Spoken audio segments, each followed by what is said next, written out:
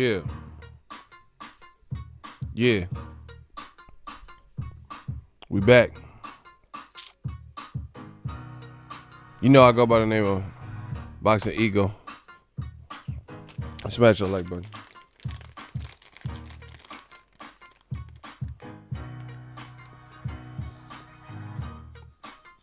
Yeah.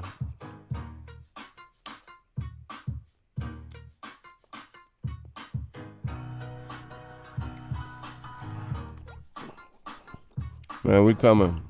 We coming with it.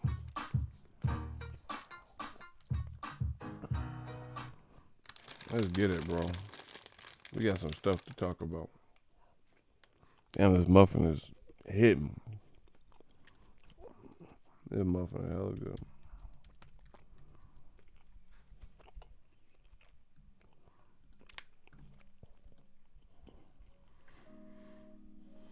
Ego the GOAT. We're gonna just warm this thing up. Smash the like button. Hey, the muffin's slapping right now. The muffin go crazy. I'm from the Bay. Said the muffin go crazy. This shit. I'm really enjoying this muffin right now.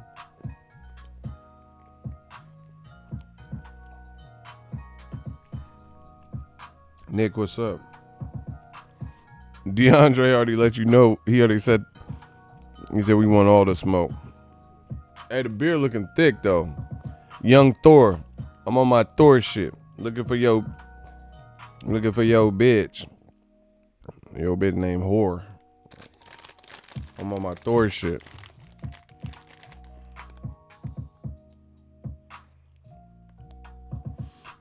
Canelo Andre. That's awesome. Good idea. See, new media, we got the best ideas. My shooter got the best ideas. Channel members got the best ideas. This is what we do, people.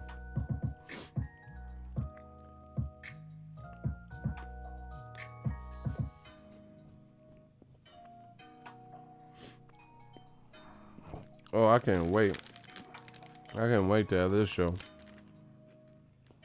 Let me finish this. Delightful muffin. Carleon said, hey, this on Matt. You gotta do something, baby. Oh my God. Everybody listening. New media. We're gonna talk about it. You gotta do something, baby. Clickety clank. The money goes in. I gotta change this beat, bro. This sounds like some Mario Brothers 3 shit. Hold on. I need something harder than that. That sounds like a Mario 3 loading screen or something. Hell no. I gotta.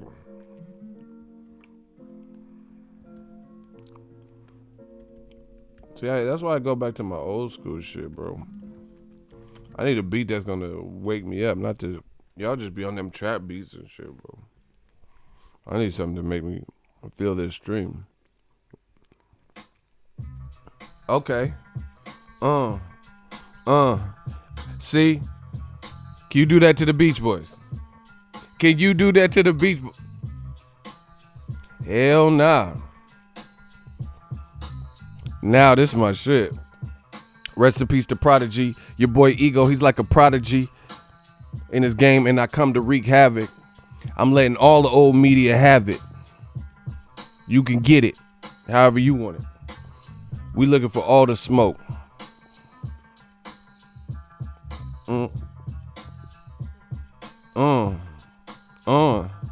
Yo, we about to blow. New media. Shout out to Jay McDonald's. Holla at the boy. You got beats. You're a producer. Listen, if you feel like you would be a good fit for new media, come to Death Row East. Believe in that, baby. Shout out to Jay. What it do? Man, we about to get started in a minute. We about to, oh my gosh, old media, what y'all do this for? What y'all want with me, man, huh? Yeah, I'm starting to feel it now. Yeah. They just some shook ones. Someone said Mob Deep beware. Damn, I damn near want to put on that pun. I gave you fair warning, beware. I think that's what you meant. He said Mob Deep beware. I think you meant this. That's that pun though. I gave you fair warning, beware, beware. Pun was killing this. Shout out to my shooters. We're going to have a good stream. Oh my gosh. All right, I'm about ready. Hey, yo, I shatter dreams like Jordan assault and batter your team. He said, ball like Adam Eve from the garden. I fuck with pun heavy, bro. Shout out to my Puerto Rico web pod. Let's get it. You know. Ready for war, Joe. How you want to blow they spot? I know they... That band was killing. I know these dirty cops that'll get us in and we murder some wild. Hop in the Hummer, the Punisher's ready. Mimi and that dude is killing. Mimi and Vitas with noodles, we do this do white slurping spaghetti. Dead in the middle, a little did we know that we riddled to middleman who didn't do diddle. Like, bro, he was killing. That, hold on, I gotta run that beat, bro. Pun was really killing that shit, though. All right, we about to get started in a second. I gotta hear that. We need that deep cover shit. I gotta get in my zone, bro. New media. Smash the like button. Boom, boom, boom, boom. Snoop and Drake killed this too. Hold on. He said, is this boxing or rap show? Block that motherfucker, bro. You gonna find out what it is. What's his name? Mark? Yeah, he's a Mark. Get Mark out of here. Mark and Mindy and shit. Get him out of here. They always try to come and go that away. Go to old media. We don't care what you talking about. Deep cover the movie was dope. Oh, bow. Oh, shit. In broad daylight. Rockabye, baby. You see, they always come hating. Why do they care what we do? Bro, I don't understand it. Oh, man, is this a rap show or boxing? It's whatever the fuck I want it to be. What part don't you understand that? Don't watch my shit. It's that simple. See, they are, oh, ego, be humble. Oh, ego, don't say that. Man, I'm saying it. This is a free country. You don't want to be here. You don't like my intro, whatever the case may be. Don't have to be here. I didn't solicit you. I didn't send no notification out to you directly. Yeah. I can feel it. We gonna get into this, talk about Canelo. Ready for war, Joe? How you want to blow they spot? I know these dirty cops that'll get us in and we murder some rob. Hop in the Hummer, the Punisher's ready. Meet me up. We gonna talk about it. Canelo Jacobs, all that good stuff. I want to see what's next for Canelo. Some people had some issues with Dazn. Boom, boom. Dead in the middle of little Italy, little did we know that we riddled to middleman who didn't do diddle. Let's get it. I'm ready. Block Cesar Ramos. Fuck is you worried about it for? Ego always blocking everybody. Man, good. You too. We blocking you too. Bro, we gonna show them the strength and number. Bro, we don't need none of y'all. Like, why y'all some snitches? Stop snitching. Yeah, oh, Ego. They be on other people's channel telling, oh, Ego thinks Canelo, Jacobs was close. Ego be blocking. Why? What they gonna do? What channel? What you talking about? Why do y'all go tell other grown men what I'm doing? Who cares? Why do they care? Why do you care? Oh, we having a party. They be snitching, I tell y'all, bro. Y'all gotta watch that. Cause some of these dudes be in y'all circles. Y'all know what I'm talking about. Y'all be running with people like this. They be in your circles. And they be the first to snitch and shit. Wearing wires and shit. Yeah. Ego's blocking people. Like, what? Yeah, we got the dope. We got the dope, man. 10-4. You know, motherfuckers wearing wires, bro. This is them underneath their shirt. The eagle has landed. The Sashi. The eagle. Trump. Make America great again. Like, what the fuck are you saying? Who are you talking to, cuz? Like, what's really good, bro? MAGA. These old media motherfuckers be wearing wires and shit. Man, and then they just, that's how they do it on the movies. Man, something's up with him. And then they do the Hulk Hogan shirt rip, and they just be sitting there exposed with the wire. You got the wire dangling shit. These motherfuckers is snitches, bro. Get off my shit with the snitchery. Get off of here. Chipotle. Extra guac. Like, who are you talking to? Like, motherfucker. It's all about the Chipotle. What the fuck? Code words and shit. That's because they wearing a wire. I'm telling you, bro. In and out. Animal style. Like, what the fuck is animal style got to do with this boxing, bro? You wearing a wire. Man, you wearing a wire. You rip that shirt piece like Hulk Hogan and see the microphone like this. Yeah, we see what you doing. Get off my shit. Jason said ego's hilarious. Bro, they wearing wires. They rats. Talking about animal style fries. We got them. Yeah, Tupac in Vegas. Like, what the fuck is Tupac in Vegas? What are you saying? Who are you talking to? Man, get him. Man, get him. They just sit there looking stupid with the microphone pointed up, bro. I see this shit. Fucking The Wire and shit. Idris Elba looking ass.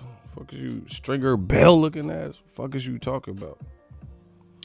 Anyway, I'm sorry, bro. I'm sorry y'all had to witness that. I'm the kid. You see it. Boxing ego. We gonna talk about this boxing talk. yeah, y'all ornery today. I can already feel this is gonna be a good stream. It's gonna make you feel good. Make you feel good. It's gonna feel good. I'm on that Halle Berry shit. Listen, before we eat, you know what we gotta do. We gotta set that table. Make sure there's silverware for everybody, napkins, the plates, the bread basket, tablecloth. So let me set it like this. Old media is a dying breed. I told you that. New media, the gang, digital mob, you know what I'm saying? MOB, we are the mob, money on top of boxing. Let's get it. Let's talk this boxing talk. Listen, if you're old media, you might not want to say too much because gotta go. We're going to set this table. If you're not here for realistic, objective, cohesive boxing talk, we do have a little bit of fun. But if you're not here for that, if you want somebody to just get on their hands and knees like we at a mosque and shit and say, Canelo, we're not worthy, we're not, or whatever fight, Lomachenko, whoever the fuck you guys happen to like, Triple G, then guess what? This is not the channel for you. Because I'm here to talk boxing, people, and I'm here to talk about it objectively, spit the facts, tell the truth. Tell the truth. We about to really talk about boxing. All that man fandom shit, that shit is a dub. We coming. I told you. There's too much of this man fan and like that, bro. You seen the stream yesterday. I was like, what rounds you give Canelo? Oh, fuck you, man. Canelo beat that boy's ass. I beat that boy. What round you give Canelo? Oh, you're fucking stupid. What round you give Canelo? Oh, you're biased, man. What round you give Canelo? Oh, you only like the black guy. What round you give Canelo? That's the conversation, bro. That's how it was all yesterday. Every single time we trying to open. So we not here for that. See, look, Canelo is the pound for pound best, y'all. Bro, he didn't even show ultimate separation like y'all making it out to be. He he did his thing, but like chill. See, and you know what the funny thing is? I know these motherfuckers is lying because Floyd Mayweather is better than Canelo all across the board. Right? That's just the reality. From a skill, from a financial success, making the world watch what he's doing. Floyd is all the way better than Canelo in every facet. Better footwork. He's even smarter. His defense is even tighter. That's not to say Canelo is bad or sucks or trash. I highly respect Canelo as a fighter. I think he's a great fighter. But Canelo's better, or Floyd's better than Canelo in pretty much every department, right? Moved up. And they didn't give Floyd Mayweather. This is what I'm telling you. The man fans, they never gave Floyd his P's like this. Oh, okay. First of all, Floyd was putting on more dominant performances. Second of all, Canelo, he did his thing early, but he tapered off. Then he showed some heart late. Cool. But Floyd had shutouts. He shut out great fighters and made them look like they ain't shit. These motherfuckers had nothing nice to say about Floyd. Oh, that was boring. Oh, they didn't just bow down and say, yo, Floyd is the greatest. You seen how he just got rocked, ate the shit with Shane Mosley, and then went on to win rounds 3 through 12. They never said that. When he beat an undefeated Ricky Hatton, who beat Jose Luis Castillo, Costa Zoo, who everyone talks about how he knocked out Zab Judah and shit like that. And then Mayweather slept Ricky Hatton. They talk about Pacquiao sleeping Ricky Hatton, but they don't talk about the first man to do that, which was Floyd. So we know they're lying. We know they bullshitting. Because Canelo's the best pound for pound number. He was in a competitive fight. It was cool. He did his thing. Looked pretty sharp. But do you see how quick they are to just, and anoint him? But then when Floyd Mayweather's showing you more than that, more wrinkles, more shade, they don't say that. You know what I'm saying? We know what time it is, bro. We know exactly what the time it is. Canelo beat someone the like of Rocky Fielding. Oh, he's the best. And mind you, he failed a drug test. People, that's something. Whether his story is plausible or true or not, I don't know. That's not up for me. You know what you're doing behind the scenes. But he has that, which, he's now doing year-round drug testing, so I'm not implicating him anything there. We have to wait and see if anything, else comes up in his career. But he still has that. That was just last year. But they so quick to forget about all this shit, bro. They so quick to forget about all of this type of shit. And that's how I know it's some bullshit. So if you come in here for the bullshit, this is not the channel for you. They hate black excellence. Man, we got fire for them. I don't care what they hate. You gonna learn to love it, or you gonna be, banished from my channel, bro. Because, Canelo's proud. You see how these dudes in the comment section just randomly put that. Canelo did his thing. He was cool. He looked pretty sharp.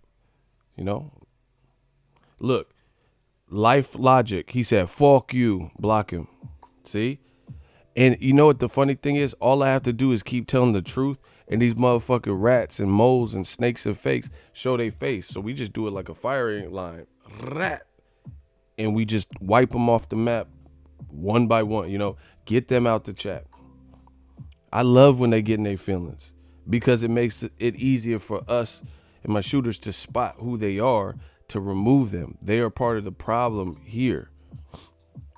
So anyway, let's talk about it. Canelo versus Jacobs. I thought Canelo, the first round wasn't too much stuff going on. I got to rewatch the fight too. But from first viewing, the first fight wasn't too much, kind of feel around. I actually shaded that to Jacobs. He was pretty busy. Round 2, Canelo looked sharp. He was kind of like walking down, and that was kind of the tail of the tape for the first half of the fight. I think more rounds in the first half, round 6 and on, Canelo looked sharper. However, I think his sharpness and his slickness, like his defense looked good. I like to see that from Canelo. Defense is definitely improved because you got to keep in mind, I follow Canelo's whole career. He was having competitive fights with Alfonso Gomez on Mayweather cards. That's just where he was at that particular point. You know what I'm saying? Alfonso Gomez was a competitive fight for him. Now he'll destroy Alfonso Gomez. So he's definitely improved because he was in there with a higher caliber, person like Danny Jacobs, who happened to be bigger, who happened to not do the same day weigh-in, come in comfortable, all that. And he was fighting like he was the bigger person. So I respect Canelo. See how the commentary, we're giving you precise, like, pros and cons. Like I'm telling you precisely what Canelo did right, did great, did excellent, but there will be the other half of it. They don't want to talk. They want you to say Canelo's the man. He's pound for pound number one, and not assess the whole performance. Just picking his best part. We don't do that over here. So if you want that, go that way. So anyway, Canelo, his defense looked on point. He looked very composed, very poised, and he looked almost like the bigger man. I respect Canelo a lot because Canelo, you could tell he's been fighting since a kid because it looks very second nature to him. Or I don't know, is that a second nature? I don't know if I said that right. It looked basic. What I'm saying is it looked another day at the office. He didn't look worried about Jacobs weigh-in, missing the weigh-in. He just looked very poised, very composed, started getting into his game plan. And that's how he comes out and fights. Angulo was supposed to be a big puncher, the first real big puncher he fought, that we knew about. And he did the same thing. He came on bombing on Angulo. So Canelo, he's a young legend. He's very poised, very composed, especially if you consider he's under 30. That's awesome. His defense definitely improved, got sharper. Good body work. But as you guys are noticing in these elite level fights, the body work and different things become harder with the caliber. See, and this is why we bring up Mayweather, because Mayweather was a top of the sport. Now Canelo's the top of the sport. And the thing is, you notice Mayweather, for the most part, he's able to do the same. This is what I'm talking about when I'm talking about skills. Mayweather was able to do some of the same thing against the best guys he fought. The same thing he's doing against, let's say, Sharmba Mitchell or something, he's doing in the Shane Mosley. He threw all types of rights at Shane Mosley. Juan Manuel Marquez was the best lightweight in the world, just beat Juan Diaz, called out Floyd, jumped up, and then Mayweather dropped him and schooled him. And that, like, he was doing a pull counter on Marquez. It was looking ugly. That's what I'm talking about. We're talking about actual pure skills. Canelo has skill, for sure. However, some of what Canelo was doing early was being, listen, I'm not a type of person where I need the commentary. If I could get the sound effects and there was an option to mute commentary only, a lot of these commentary crews, I would do that. If I could just hear what the corners are saying, hear the punch sound effects and, pertinent things about the ref deducted a point and shit like that, and I didn't have to hear any of their commentary, I would probably do that because the commentary would be on some bullshit. It'd be on some bullshit. Canelo was getting, like I said, he looked swift, he looked sharp, he was doing his thing, but Jacobs wasn't out there looking like a chump. I think the thing that hurt Jacobs the most was in the first half of the fight, his offense was very moderate, and that's no way to beat Canelo on a scorecard. If it does go, which this fight did go the full 12, you know what I'm saying? You weren't going to win that way. So Jacobs, like it or not, he would have had to press the gas a whole lot more to even think about. Like I told you guys, this going into the fight, that's what the problem was. Like to beat Canelo, you can't have some of them close rounds where it's like you're not, like you took some good small stands, but Canelo was working and he's landing some body shot. You're not gonna win rounds like that. You really not. It's just the reality of it. So you have to do something.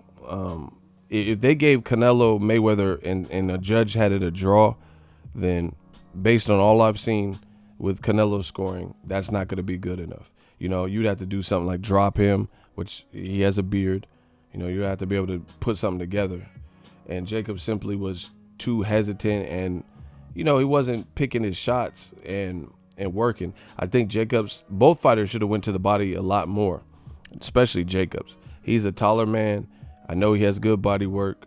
He should have that should have been a dedication because listen, Canelo at his freshest, it was no match. He was outclassing Jacobs. He was outclassing him with skill. He was outboxing him. You feel what I'm saying? So the best thing you could do is leverage that jab and go to the body and try to slow that up or create that lag or that that lethargy earlier, because Canelo naturally gets spent, but he got spent from looking good in a lot of those early rounds. You feel what I'm saying? He got spent from that. He can't fight at that pace. So to me, that's a mistake Jacobs made. It was up to Jacobs to slow that pacing down, bring that pacing down, because skillfully, Canelo's very hard to beat because he, checks the different boxes. His defense was tight. He came in a tight guard, some head movement, upper body movement. So he was, he was doing his thing. He was looking beast mode. But Jacobs looked a little, gun shy, and he was having some trouble finding the range as a taller man. And like he was throwing out like a lazy jab. I don't know why he was doing it. Like, he was just like pawing at it. Like you got to throw something with conviction, bro. And I remember I told you in my keys to victory, I said Jacobs got to get some respect early. What he did, perhaps like in the 9th round, what if he did that in the round 1? Eagle, you got a big nose. Block him. That's what's up. Block Melissa Dumas. Just like your last name suggests, you a dumbass. Bye-bye, dumbass. Melissa Dumbass. You had your 15 seconds of fame. We in the middle of breaking out a fight, and you say, Eagle, you got a big nose. Blat out. Oh, my gosh. Kennedy Linder. Ooh, you good. Oh, my God. Y'all be getting clapped. Say goodbye to the dumbass. Melissa Dumbass. Yeah. You making your last name proud. Dumbass. Stupid. Anywho. You see how they always try to distract the kid? They know new media is working, so that's all they do is just try to come and troll. Like, So that's kind of what I think. Jacobs, he had to be more authoritative in them early rounds. There's no way he was going to win like that. But Canelo, like I tell you, after being in beast mode, looking very sharp, defense check, cutting off the ring pretty good, check, fighting like he's the bigger person even though he's a smaller person, check, head movement, upper body movement, check, all that. He was looking good. He was looking sharp. It was looking like, damn, Jacobs, you gotta, like, this is a big fight. You gotta pull through, right? Shout out to Marquez. He said, I love your show, bro. Keep up the great work. Thank you. Appreciate you. So, but it was this is what Canelo needs to work on. You guys can say whatever you want. In my opinion, this is what he needs to work on. That cardio. I don't know what it is, but he can't, you know what I'm saying?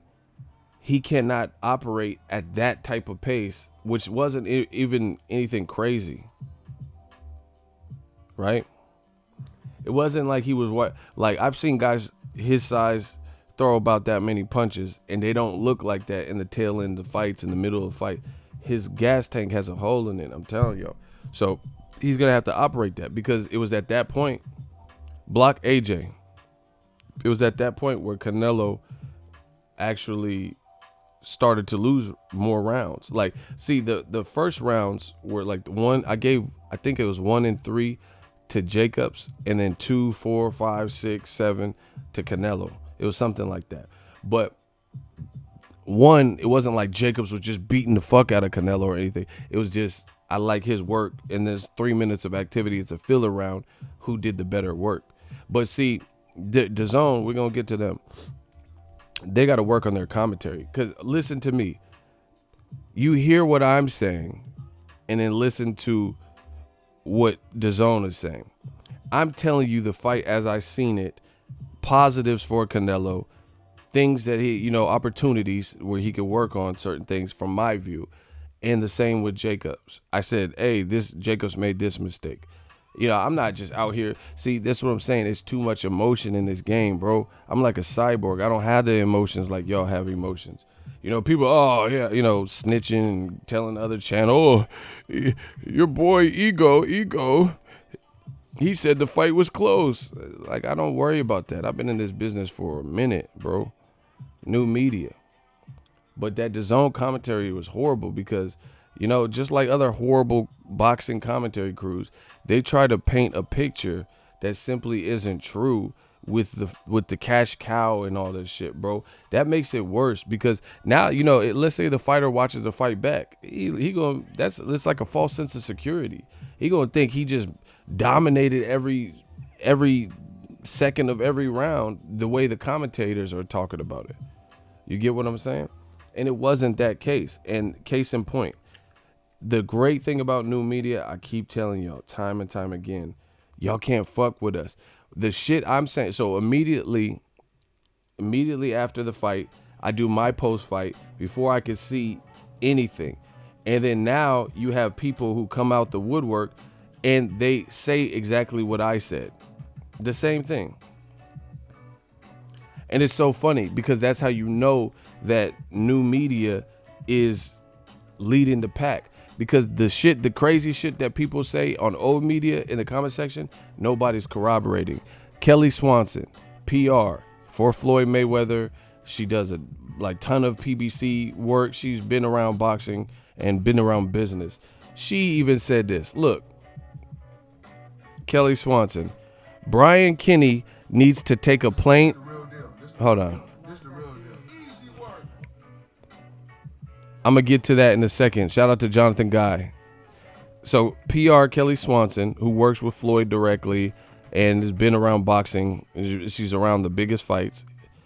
Brian Kinney needs to take a plane back home with Canelo. He was ridiculously, obviously rooting for the guy to win. Much closer than how he called it and is still talking about it now.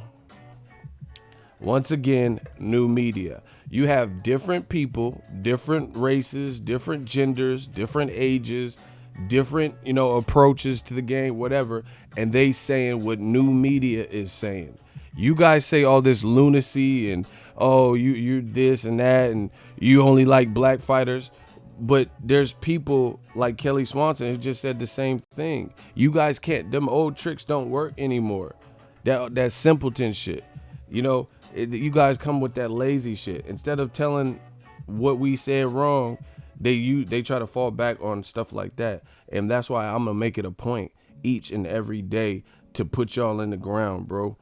I promise you that. Old media is going down. I told y'all to leave me alone. Y'all didn't want to do it, bro. Y'all don't want to do it. Now it's cool. I got you. Look, DC from UFC, Daniel Cormier, who also does commentary. Brian Kinney and Sergio Mora really suck. Canelo won, but Danny fought a good fight, man. What the fuck? They ruined the fight.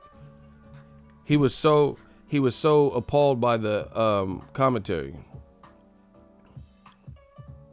Like, goddamn, like Canelo won, but like you making it sound crazy. Look at DC, who also does commentary for the UFC. Canelo and his team just made 2 lucky fans' nights. These dudes, Brian Kinney and Sergio Mora, are truly fanning out. See, that's what I'm saying.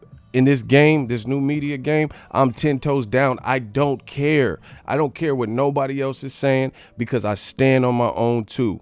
I don't need someone by my side because maybe that influences people to sway their perspective.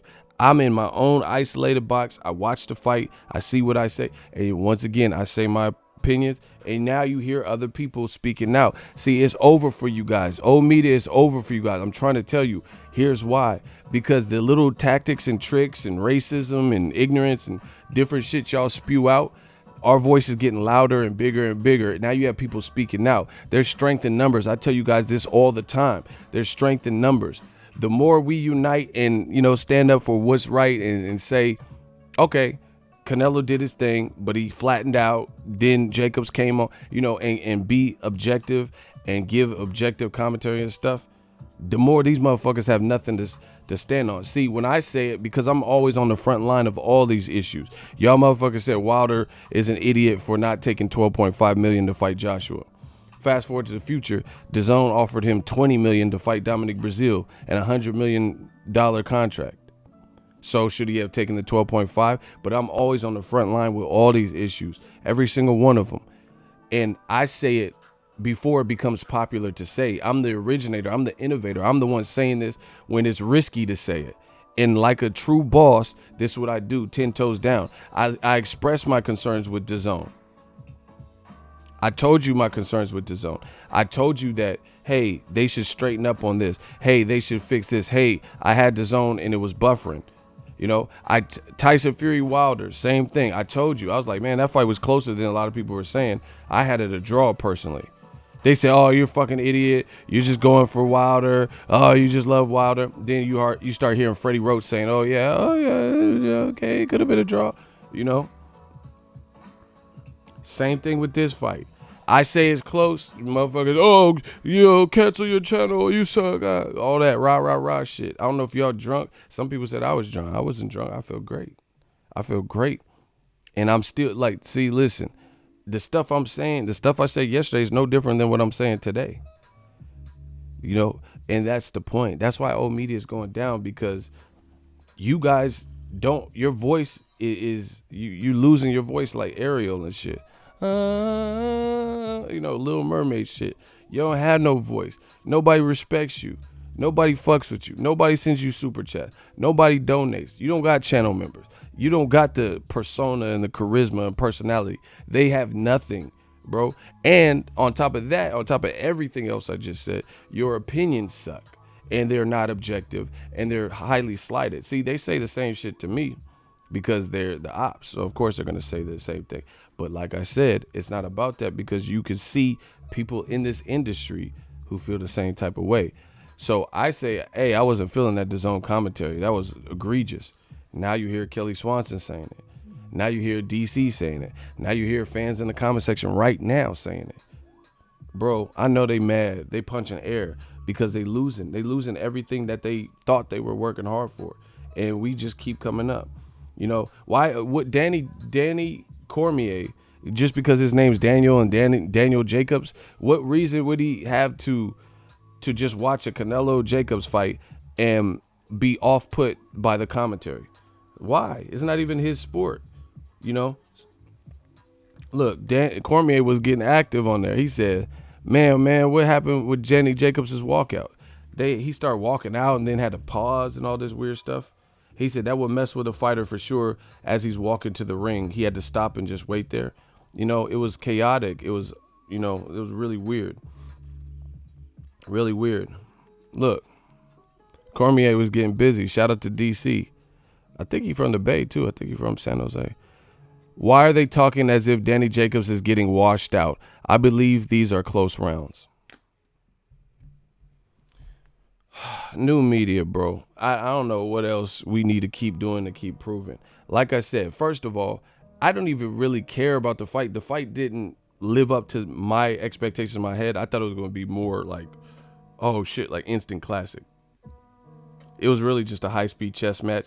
And I don't think either fighter really put their foot on the gas or really showed crazy separation. Canelo started to, but then I can't say it's like, see, this is what they do. They have certain fighters, and then when they put on performances like this, they want you to bump it up. They want you to grade on a curve, and they want you to elevate that performance and just say, oh, this is a masterclass. This is the greatest. They did this with Tyson Fury versus Wilder. They're doing it with Canelo. Bro, those aren't masterclass. Even Juan Francisco Estrella El Gallo, I don't consider none of that masterclass, because they were clearly winning and or dominating, and then they got knocked down, or they fatigued and started getting hurt, or, you know, they fatigued and the person started mounting a comeback. A masterclass boxer, that typically doesn't happen. And I'm not saying Canelo doesn't have the capability of being masterclass, but that performance was competitive. Jacobs, listen, put it this way. Like I said, Floyd Mayweather. If Floyd get a read on you early and he's just going to take off on your ass, you're never going to be back in the fight. You know, Shakur Stevenson versus Chris Diaz. He had an early lead. He was doing good early, and then he took off on old boy. Chris Diaz was never really in the fight. Errol Spence Jr. versus Mikey Garcia. He had success early, and then he maintained it and just took off on Mikey Garcia, and it was looking ugly. It was looking ugly for Mikey Garcia in round 9. They were thinking about stopping it. Terrence Crawford. See, this is what I'm saying. All these people have these performances that get berated, that get undermined and stuff like that. But because Canelo's red hair or whatever, you want people to see a great beast mode first half, and then he kind of trails off into no man's land. And then, he shows heart. They're both tired late, and he closes. They're both vertical at the end of the fight. His face looks clean. That's cool. You get what I'm saying? But they want me to say, "Oh, that's a masterclass," and this is a best. But they don't give the same type of recognition when Terrence Crawford skunks somebody, when Errol Spence skunks somebody. New media, bro. They not fucking with me. I told you. Canelo did good. He looked good. He looked sharp. Pause. But he's gonna have to work on, to me, that cardio. That's his kryptonite. Okay, like Amir Khan, incredible boxer, just boxing. His chin, that's the kryptonite. Canelo's kryptonite is clearly, he's mentally tough. He has a chin. He has some power and pop. He has hand speed. His kryptonite is slow feet and his gas tank. Really. His gas tank. He'd be fatiguing in fights. And that's what makes for, like, every fighter's tired. Every fighter gets tired. But how come Terrence Crawford got a knockout in the 12th round? And I'm not casual, so I'm not saying Canelo had to knock out Jacobs. However, how is it that a tired Terrence Crawford stopped a bigger Jose Benavidez in a competitive fight? It was somewhat quasi-competitive early. You know what I'm saying? And then he gets a 12th round stoppage because he's still slinging them, still gunning it, and his cardio is still better. Canelo was looking, he was getting touched with shit he was dodging in the first half. That's something that's a gap that needs to be covered. That's a hole in the wall where you got to put a little bit of, spackle or some shit in the wall. He has to fix that. That's the hole in the game. Bro, his defense was looking on point. But then in the round 9, he Jacob hitting him with the big, and I don't care if he rolls with it and all that shit. He still got hit. That was a scoring blow. And in fact, here's the other thing that they don't tell you about. Canelo, I keep saying it. He looked good. He looked sharp. But neither guy, to me, really pushed it. This wasn't no, like, bludgeoning blows were being landed really by either guy.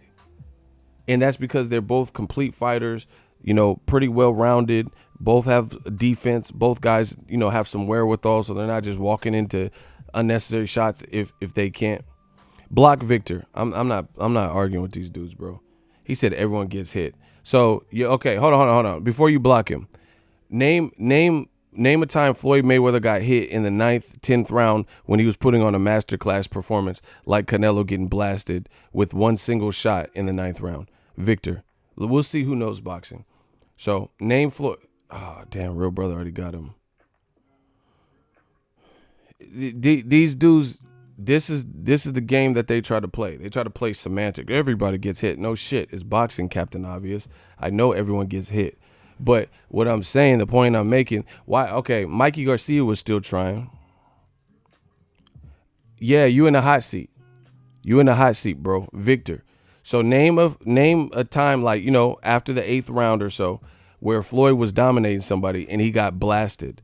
Okay, Robin, you're in the hot seat too. We're going to do it like that. Okay, so Maidana 2. How did Floyd get blocked? That shit didn't happen in no 9th round. That was like the 3rd round. What are you talking about? It was the actual 9th round? What? So Floyd got blasted in the 9th round in the Maidana 2 fight. Let's vote. We got 2 hot seats, so I can't, I need the fans to vote. Does anyone remember Floyd Mayweather getting blasted in the Maidana fight, in the second one, in the 9th round? Who remembers that? Yes or no?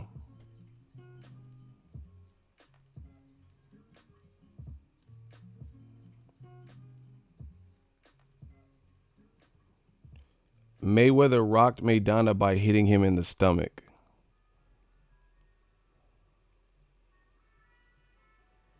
So Floyd Mayweather versus Marcos Maidana 2 in the 9th round.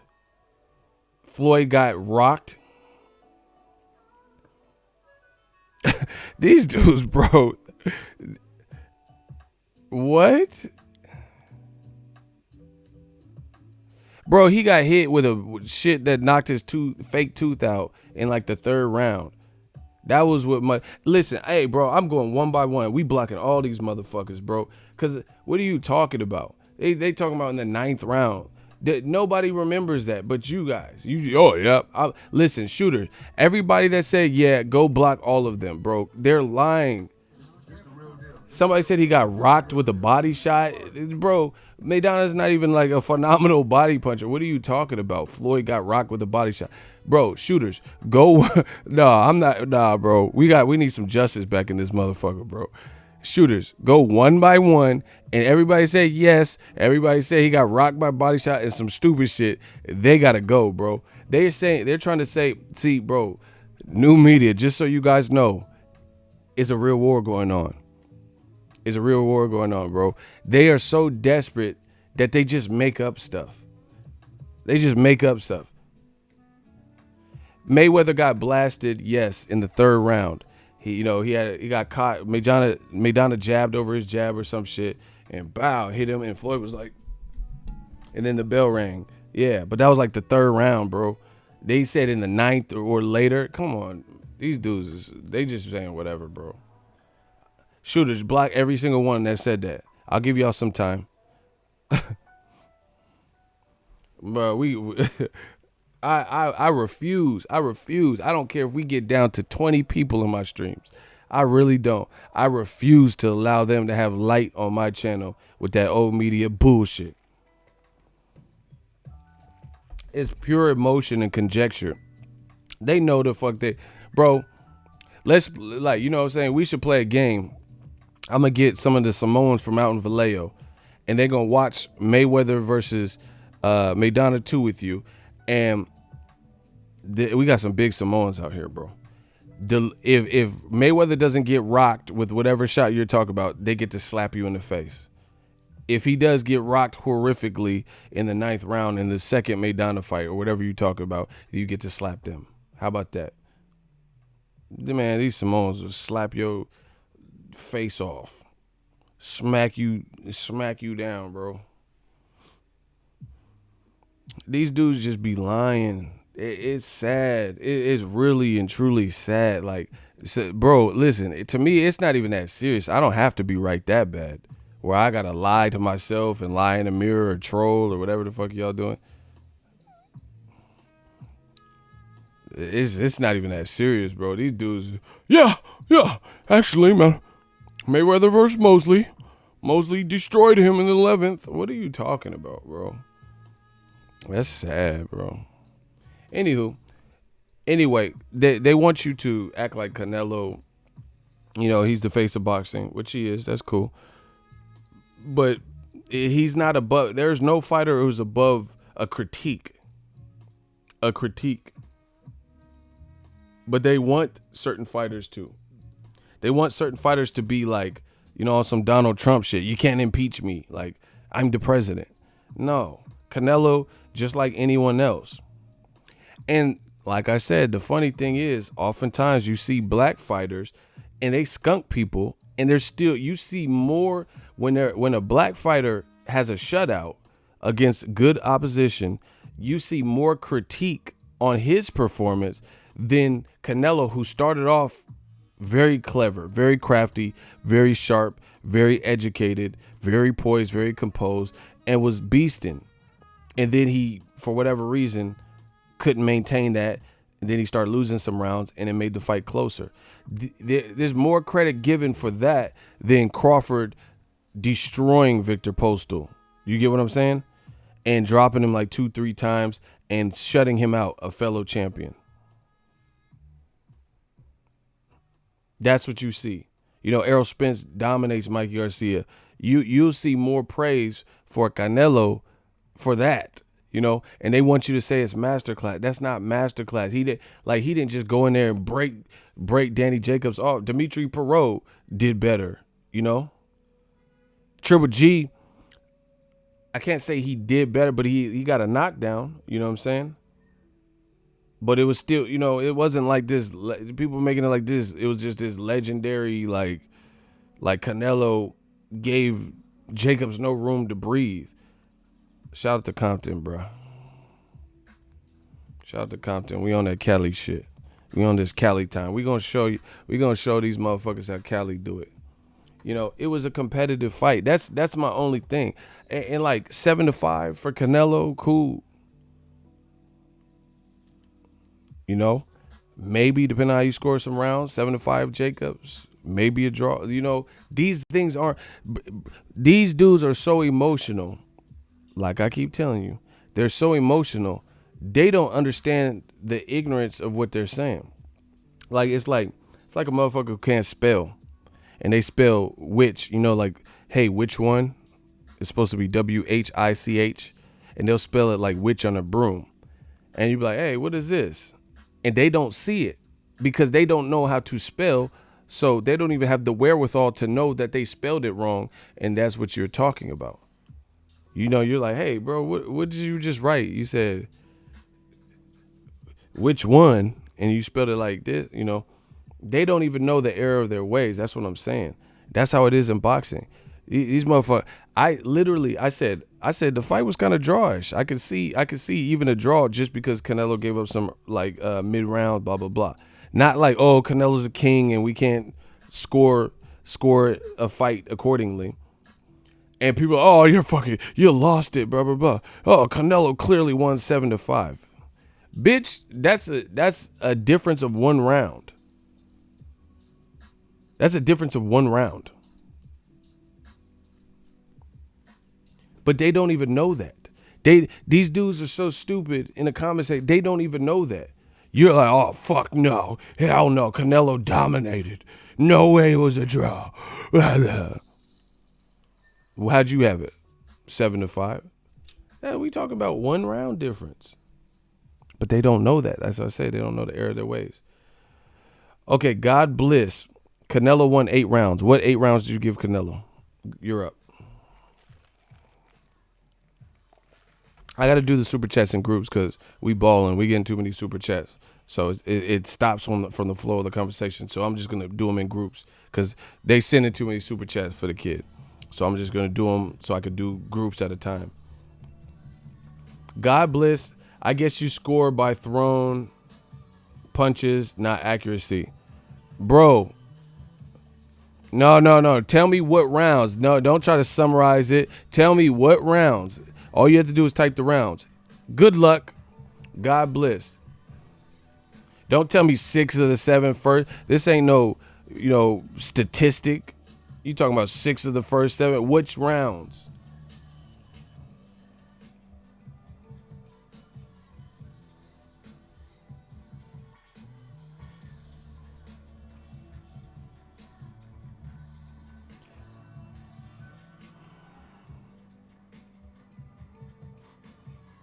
Where God Bliss at? Come on.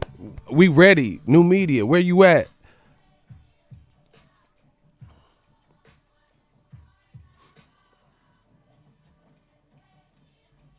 You got 10 seconds, my man. 9 seconds. Where they at, though? You see how he tried to, he said, oh, I gave him 6 of the first 7. Nah, that's a cop-out. Tell me the rounds. I told you. I gave Jacobs round 3 and 8. Block him. I told you. I said, how many rounds did Canelo get? You doing some monkey ass shit behind the wall, like behind the back, bro. You didn't want no smoke, bro. I said, how many rounds you give Canelo? I gave Jacobs. Get him out of here. You can't even play by the rules. On to the next one. God bless. Oh my gosh. Get him out of here. Don Marco. Now, there's someone else that had a good comment. I thought it was good. His name is Raf Lopez said, I gave, oh, hold on.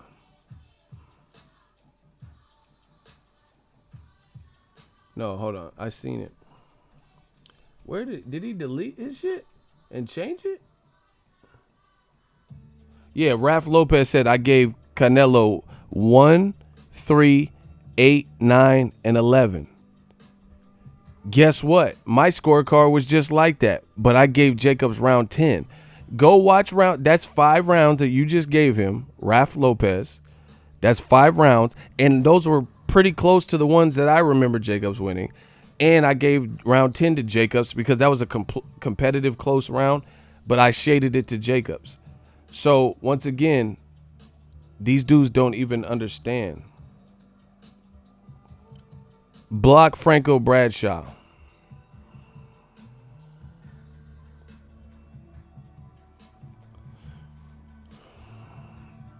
Bro, I said that you don't. These dudes can't even count.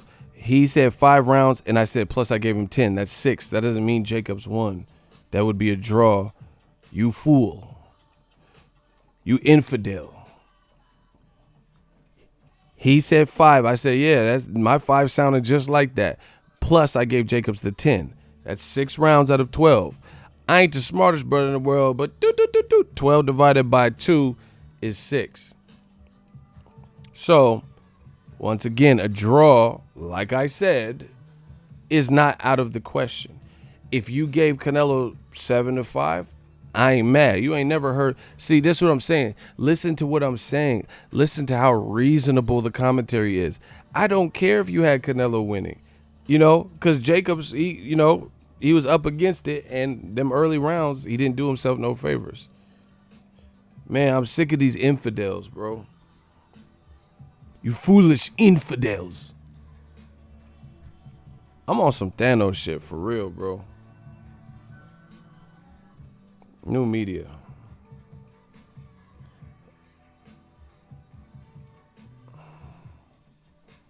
My shooter's putting in work. Oh my gosh.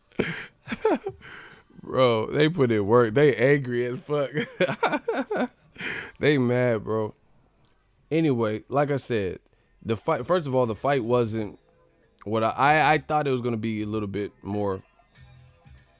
Oh shit, look. We made front page on YouTube. Look, YouTube front page with it. Hey, smash the like button. The haters is mad, motherfuckers. This shit is so funny. I love it. I love it. Let's keep going. Oh, we having a party. Bro, every time they do this, bro, the funny thing, block in the loop radio. Nobody care what you talking about.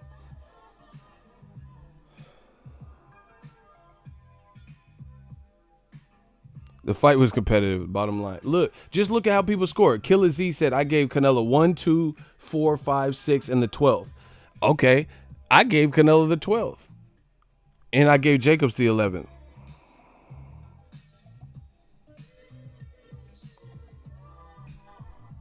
So, listen, this is what I'm saying. Like, bro, every time in boxing, we go through the same bullshit. Every time, we go through the same bullshit. I gave Canelo the 12th. I thought he pulled that one out. But this man just picked Canelo as the winner and didn't even give Canelo the 12th. So what are we talking about? So they're making it like, oh yeah, you think it could have been a draw, you fucking fool. I gave Canelo the 12th and you gave Canelo the fight but didn't even give him the 12th. That's what I'm saying. These motherfuckers don't know how to score. I promise you that. How you not give Canelo the 12th? Jacobs didn't even really do much in the 12th. Every time. Hey, how you doing? Doesn't matter. Every time. I am a boy, Damon. Like, these dudes don't even know how to score. How you give Canelo the fight but didn't give him the 12th? And he was showing heart in the 12th. How? He was showing heart in the 12th, and he looked like he wanted it a bit more. Jacobs, as close as the fight was, and it was looking, knowing you're in with the A side, Jacobs had to do a better job in the 12th round. He definitely, he definitely should have did more in the 12th round. You had to leave it all on the line. So this is more proof to this new media shit, what I'm saying. If it was such a blowout, how do you have people giving Canelo the fight, but they didn't even give him the 12th round? And I gave Canelo the 12th. That's what I'm saying. I'm telling you, these dudes don't know how to. That's why. Okay, let's talk about DAZN. Smash the like button. The real is back. They look at how angry they are, bro. The real is back, man. So, DAZN, they kind of dropped the ball here. Block number one Alvarez. He's just fanboying. Number one Alvarez. You the number one target in this chat. DAZN kind of dropped the ball here. I thought this was on paper was like, a really good fight. I thought they could have promoted it better. They said, "Oh, LeBron's producing this." That's still, I don't think that was enough. I think it got about 500, 600,000 views on YouTube. I don't know, whatever it is. But I just didn't feel like a fight week, Then they had to compete with the, Houston Rockets game. Top Rank had a card, which, wasn't as big as their card. But guess what? The Top Rank undercard was actually better than Golden Boy. I was watching them simultaneously, and I was more involved in the Top Rank undercard. Jerwin and Casas, my dude Gabe Flores and shit. So Top Rank actually had a better undercard. I didn't see the main event for Top Rank because obviously I'm watching the more impactful main event, which is Canelo Jacobs. But DAZN, I think they could have promoted it better. It didn't I understand they're not trying to do the pay-per-view thing, but it didn't feel like that. Yeah, I did a video about Gabe Flores Jr. That's my guy. Shout out to Stockton, home of the Stockton Slap 209 shit. NorCal. We just some NorCal boys, bro. That's my dude. Shout out to Gabe Flores and his pops. His knockout was nasty. He needed that. And at home, too, that was dope. That was all the way dope. But, like I said, DAZN, they kind of dropped the ball. I think the promotion could have been a lot stronger. The undercard could have been a lot stronger. See, DAZN's in a conundrum, if you will. They're in a pickle. Here's why. They're new. They came out with an aggressive, ambitious, we'll just say ambitious game plan, saying like pay-per-view is dead, putting in marketing dollars to buy pay-per-view and all this, Tracy Morgan commercials and, having Canelo do photo shoots and commercials talking about with Michael Buffer, pay-per-view's dead, see, all that shit. You spending too much time on that and people paying for the fight.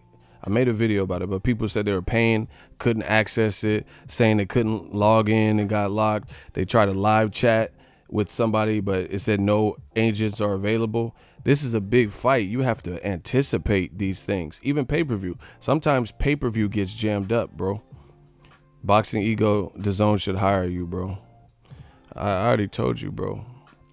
I'll work with anybody. But you need somebody that has they foot on the game's neck. But anyway, I just feel like DAZN, you have to anticipate it. See, the difference is, like I said, pay-per-view, sometimes people have had issues ordering a pay-per-view and, it's congested or whatever. But pay-per-view is different altogether because some of the issues that you experience on pay-per-views, once you get, like, if you even had a problem ordering it, once that's resolved, you don't really have any other issues. But with the streaming thing, you might have, Jacob's entrance, you might have been like, what the fuck was that? Buffering issues. Some people said their screen was black. That is not a good first experience. And the worst thing about it is DAZN is new. So they can't afford to have several mishaps in a small space of time as the new kid on the block, because you have to earn your stripes like anybody else in the boxing game, and you have to make it work. And like I said, if DAZN got any fight right, from promotion to technical difficulties, it had to be this one. And USA Today wrote an article about all of the people complaining about DAZN. That's not good press. That's not good publicity. And to me, that's not a good sign. The other thing you have to look at is DAZN's price point is leading the market and not in a good way, meaning they're more expensive. Look at people sending me this. USA Today, Boxingego. Oh, Ego, I'm going to need you to go in, bro. Boxing fans had so many complaints about DAZN during Canelo versus Jacobs. And it's an article. See, this is the power of the people. Look, my man Kareem. It's Kareem Augusti, the educated brother from the bank. He said Brian Kenny, he was unbearable. Look, I didn't choose this life, Miss Hawkins. We got the educated brother from the bank, Kareem. He in the comment section. Miss Hawkins. Bro, USA Today is writing an article. Boxing fans had so many complaints about DAZN during Canelo Alvarez versus Daniel Jacobs fight. Now, once again, this is the power of new media. People, we're a platform, we talk, and they can say whatever they want about me. I got thick skin. I'm tough. You know, I've been through some shit people would have been gave up. You don't have to convince me. You got to convince the world. Always remember, they come try to slander me and say, oh, you full of shit and you're this and you're that. But don't say shit to USA Today. How is it, you know, they say, oh, you're racist, Ego. You're biased. You hate.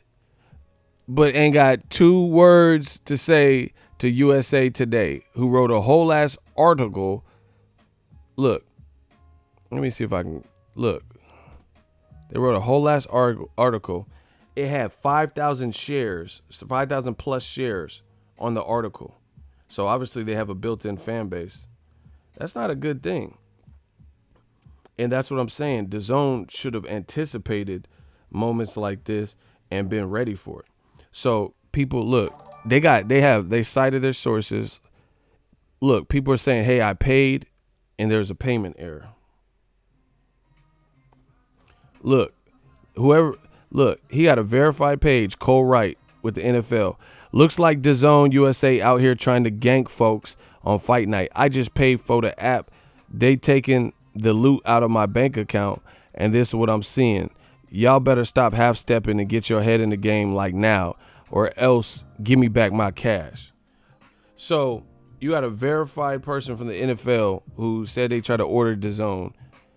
So I don't know how many followers or whatever he has, but he's tweeting that. That's not a good thing. I never seen a bunch of sports, verified sports accounts saying, "Hey, I tried to order Floyd Mayweather McGregor, and it's just so fucked up." I'm sure it maybe happened to some people, but look, this is what the article is saying.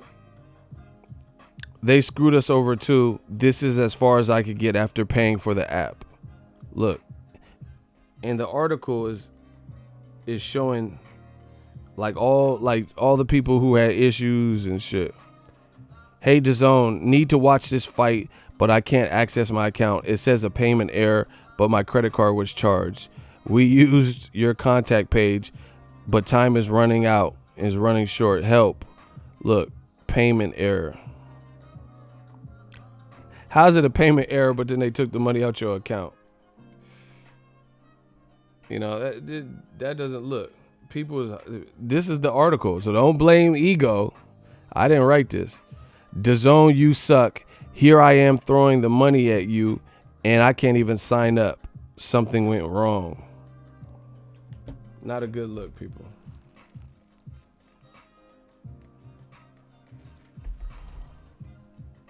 Not a good look at all.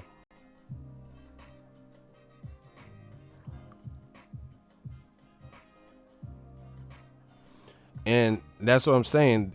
This was the biggest fight that they had on the books that they had ever done. And it looked kind of disastrous. Beyond that, I'm not trying to be rude. Nothing. Jacobs is my guy. I like Canelo a lot. But the actual fight itself, I don't know if it really maximized the potential. Canelo's a big star. It was, yeah, all these people tuned in, and I don't know what they felt about the fight. Like, what do you guys rate the fight in terms of, like, just a good fight, blockbuster fight, 0 to 10? He said Dazn looks wobbly on the ropes. Rate the fight. How satisfied were you with the main event? 0 to 10. I'm actually pissed though. He said I'm pissed though because the highlights was on YouTube right after. I could have kept my $20. 6, 7, 7, 7 out of 10, mid 7, 3. Wow, 6, 8, still a 6, 6, 6, 7, 6, 7, 3, 4, 5.5. Wow, 7, 5.5. Okay, so it looks like 5 to 7 range.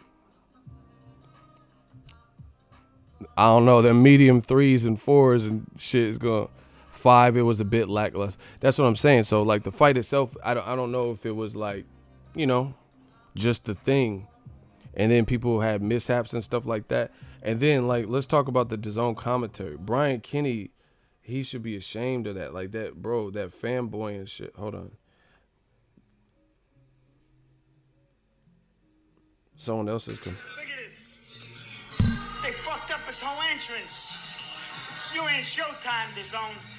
You got a long way to go. You played the song, and now you played it again. Give the guy his due. Do it right, Dazn. Come on. Wow. There's another verified account, Big Nick Turturro, and he's like, man, you messed up this man's whole ring entrance. See, that's what I'm saying. Like, first impressions last. Like, some people didn't get Sorung Vasai versus Estrada. So Canelo being the star that he is, this might be their first, their first entry to the DAZN, stratosphere or whatever. Look, I told you. Why are they talking as if Danny Jacobs is getting washed out? I believe these are close rounds. Daniel Cormier, verified. These are the questions. So it's like, it's not one thing. It's like death by 1,000 cuts. It's like multitude. Some people are having payment issues. Some people are having blackouts and buffering issues. The commentary clearly, from my take, the commentary was very one-sided and horrible. You raised the price. The main event didn't really necessarily live up to expectations. It was cool. Not the worst fight we've seen. Like Robert Easter versus Rancis Bartholomew, that was probably the worst fight that I've seen recently. I was not a fan. See, I keep it a buck. That Robert Easter, ugly clash of styles. So it was nowhere near like a fight like that. But I don't think it just, for what it was billed as and like the talk before, like, oh, I'm going to take the crown. I don't really feel like either guy really, truly put their foot on the gas. Block Dulce Duerte. We got you. It's coming. Shout out to Tony P, $2 super chat. I threw a party and I was so embarrassed for Danny Jacobs. Yeah, that was an awkward moment. Let's get to some of these super chats. Jonathan Guy, Ego, the commentary was the worst in sports history. Brian Kenny with all that damn makeup on. Hey, why you Jonathan be going in, bro? He said he had that Beijing 57 in his hair and shit. Hey, bro, you gotta chill with that Beijing.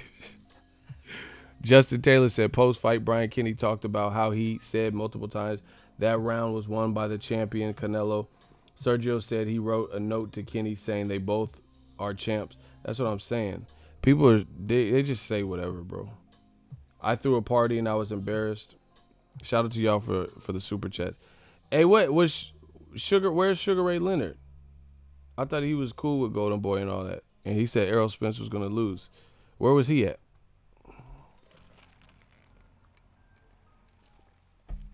And see, this is what I'm saying. Look at what people are saying in the comment section.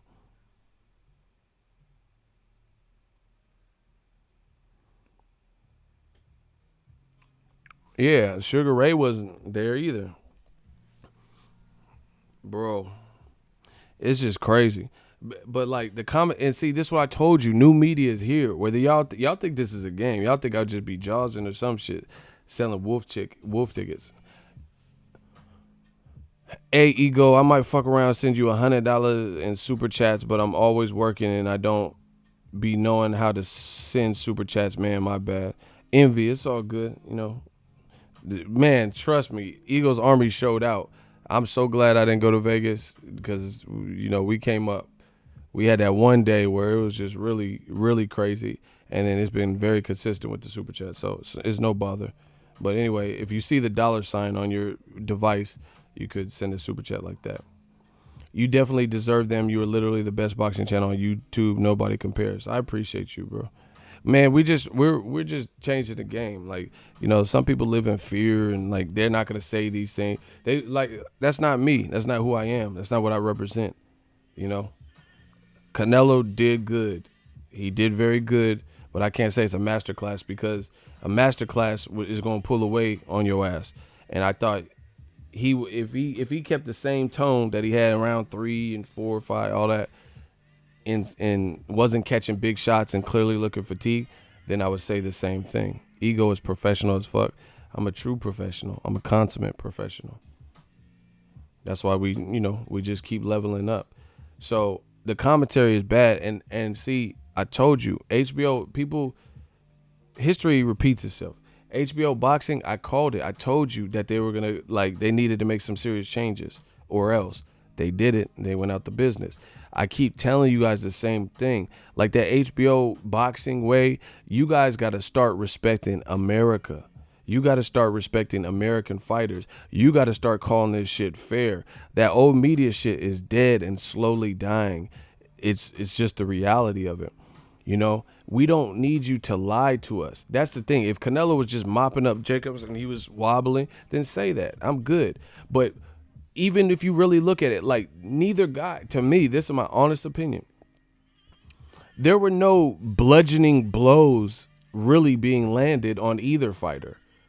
You know what I'm saying? You could say Canelo was outboxing or too crafty, you know, whatever. Jacobs did this and that, but there was no real triumphant moment. You get what I'm saying? Like nobody really moved the needle and pushed the envelope and really went after it and showed it. Like Errol Spence, for example, and I'm just using recent fights, he was trying to take off on Mikey in that 9th round. He tried to end this man's undefeated streak, and he was on his ass. Period. Wilder, he was getting outboxed. See, and this is why, man, I fight. I swear, I fight for the blood, sweat, and tears of all those that are being oppressed. The blood, sweat, and tears of all those that don't get a fair shake. I promise you, this is what I do this for, and it ain't gonna stop. Deontay Wilder does not get enough credit for what he does right. People always talk, oh, noodle legs, and he sucks, and resume sucks, and he's not fighting Josh. They say all the dumb shit, but they don't give him credit.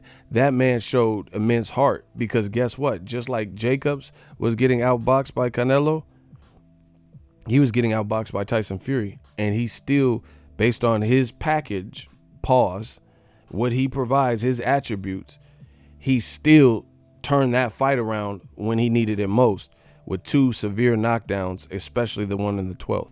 He doesn't get credit. He doesn't get credit for that, bro.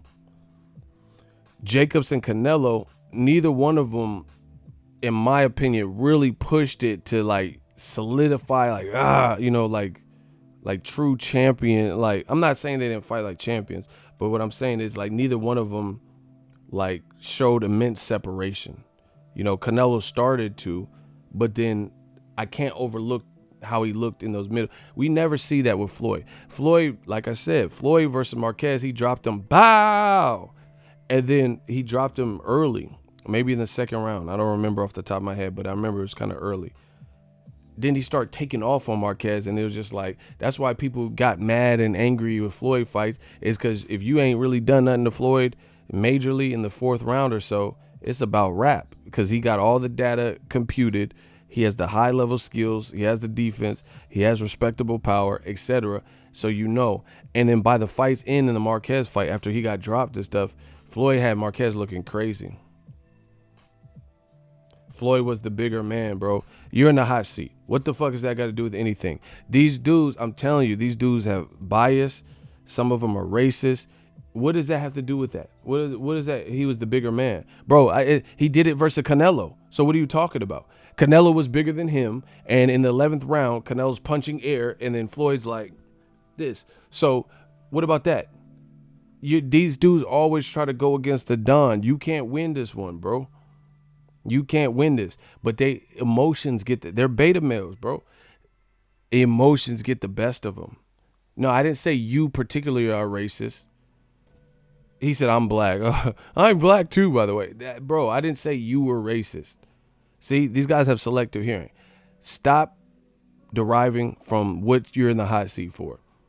I just gave you an example of where Floyd took off on a bigger opponent. Cotto fight, Canelo fight. Not just Marquez. So what is the basis of your comment? I told you, I'm black too, by the way. I don't care if you blurple. You gonna get this work. Blurple or not, you could be Barney color, bro. You gonna get this work. Like that's gonna save you and shit. I ain't black, by the way. I like chitlins too. I don't care what you like. You're not gonna like what's coming next. That's what I do know. I like mustard greens, collards. Yeah, I like some collards from time to time.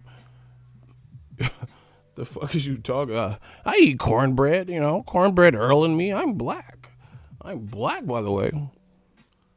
Yeah, I eat dark meat chicken. Like, bro, I don't give a fuck about none of that. Where you at, though, dog? Oh my gosh, bro. I'm Thanos. I am inevitable. I'm on some Thanos shit, bro. You should have never started. Canelo Jacobs was way better than Garcia Spence. Block this man. See, they always say they black, and then they be saying somewhere, yeah, man, I wear FUBU. And then they start saying some out-of-pocket shit, so we know you ain't black, bro. Told y'all, this is what they do. They got, hey, block him. Get rid of him. Bro, listen, black people don't announce themselves. We don't have to announce if we black. You know what I'm saying? Nobody does that, bro. There's no black person I know that go to order a pizza. Domino's carry out or delivery. And I'm black, by the way. Like, motherfuckers don't do that, bro. Why would you order a pizza and they say carry out delivery? I want a delivery, and you're gonna have to deliver to the hood because I'm black, by the way. Like, ain't nobody announcing who the fuck they are, bro. You say all this bullshit and then I'm supposed to believe that you black, bro. Stop it. It's me. I ain't black, man. I sag my pants. Sagging spelled backwards. Niggas. Spell sagging backwards. Spell sagging backwards.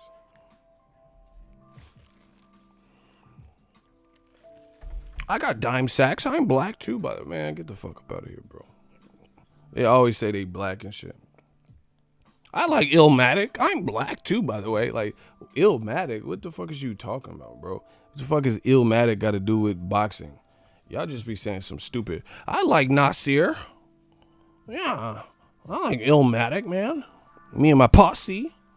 Like, your posse? What you talking about, cuz? What y'all talking about, though, for real?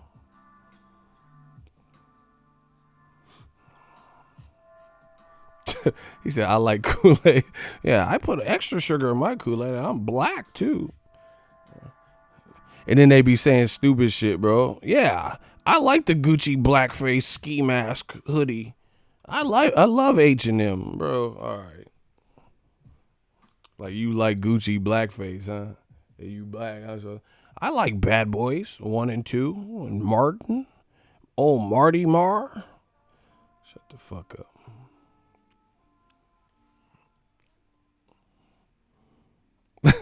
Hey, they want to be us so bad. These can't see us or be us. They want to be us so bad, man. We out here. I said, don't tangle and twist it. You heard me? Quit playing with my fucking name. Hey, Beatrice, quit playing with my fucking name. We put that on everything. Yeah, I'm black too, by the way. I love BET. I use Crystal hot sauce. I ain't black, bro. Fuck about it. Ain't no black person in America just announcing their blackness like that. You get pulled over by the cop. You're like, do you know why I pulled you over? I ain't black too, by the way. The cop for the, oh shit, man, get off me. You announce your blackness again, bro. Them cops gonna be on your ass. You be like, you know why I pulled you over? I ain't black. Bow. The cops for to get your ass. You know that little alligator game at Chuck E. Cheese where you got that little mallet? Bow, bow, bow. The cops finna be on your head like they did Tupac in Oakland. All around the world. Tupac, go ahead and rock. Now I clown around when I hang around with the underground. Girls used to frown, say I'm damn when I come around. Gas me, and when they pass me, they used to diss me, harass me. But now they ask me if they can kiss me. People change, want to live my life. Let's get it. All around the world, ain't it's just the same old song.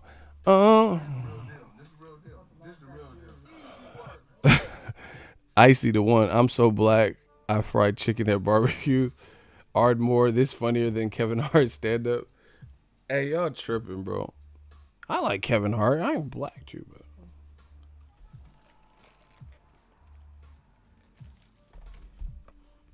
but yeah, y'all really wild. Hey, real brother, he gonna just laugh, bro. Y'all be getting a kick out of this shit, bro. We live raw out here. This new media. We the gang. We the gang, bro.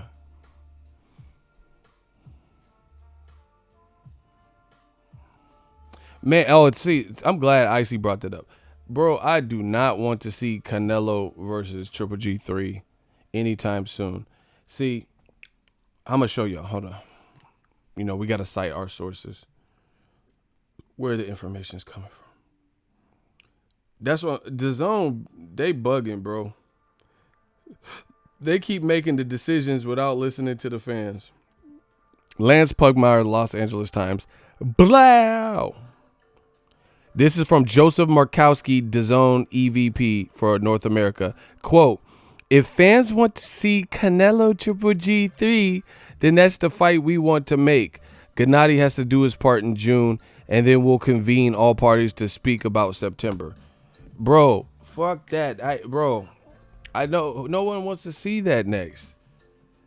They gonna just keep doing the fights they want. Like, bro, I'm telling you, you're gonna have to pay your tithes and show respect to America, bro. These companies just keep doing whatever they want. And you know what the funniest thing is this? They keep putting fighters at the preface that aren't American, and they keep putting them in non-American fights with non-American undercards, and they think that's going to be the hottest ticket. And then there'll be fights where you have a Mexican American, where you have a African American, where you have a white fighter, and those fights be bigger than some of the other fights that, like, they be more anticipated, like Caleb Plant versus Jose Uzcategui. You know, shout out to my guy Caleb Plant. Congrats on the engagement. Caleb Plant versus Uzcategui from Venezuela, or Demetrius Andrade versus Artur Akov. They don't understand. Like, Caleb Plant, people wanted to see him get the title shot. They wanted to see that. We respect Jose Uzcategui because he beat Durrell in the rematch. You get what I'm saying?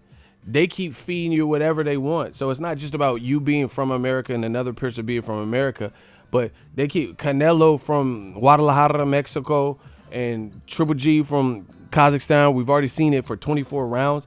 It's not even original at this point. And then on top of that, you're trying to make Triple G fight bakery rolls or whatever. That doesn't really. Canelo just beat Jacobs and collected a belt, right? That's a solid win for him. But I don't care. I really have no, especially when Triple G's not pulling hit. He's not fighting. See, this is what they do. I'm telling you. Look at what they do to black fighters. I'm going to keep stressing it because this is what I see.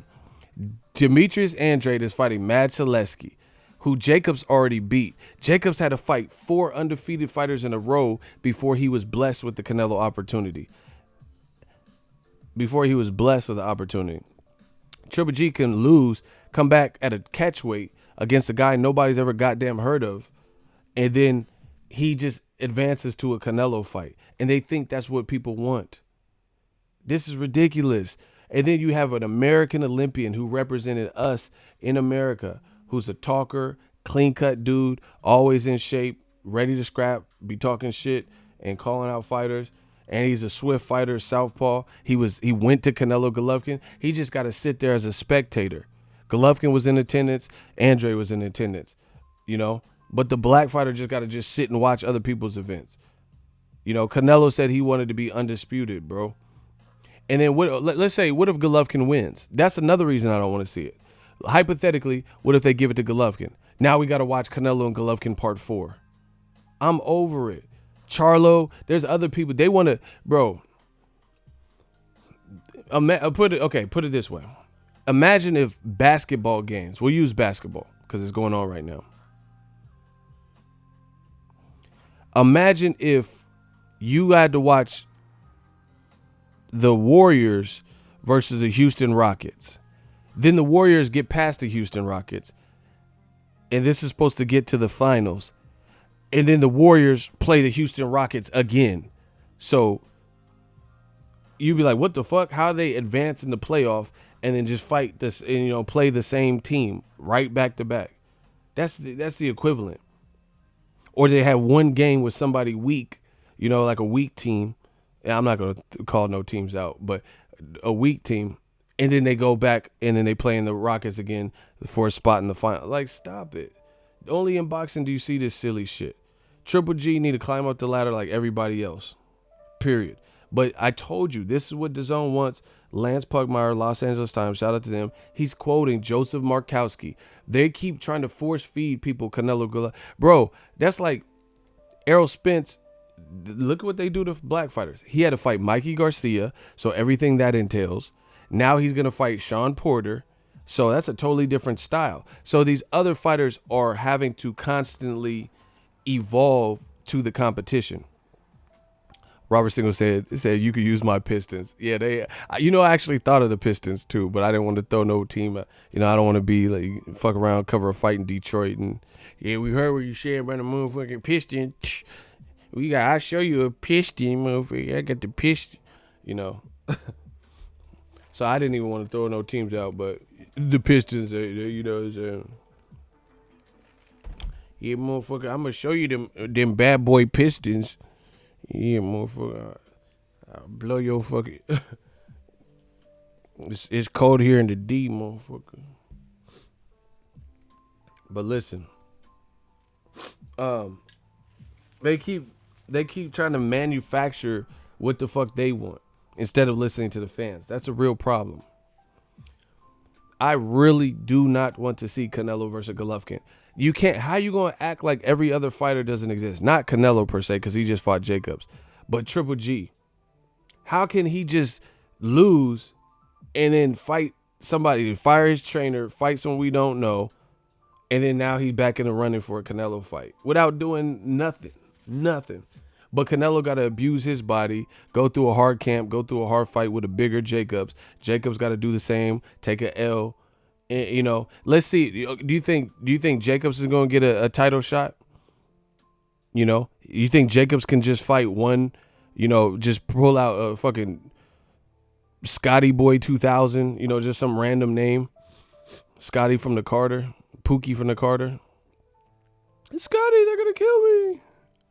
And then just fight him and then automatically get a Canelo shot? No. This is what they do to black fighters. I'm going to keep saying it. And y'all know it's true.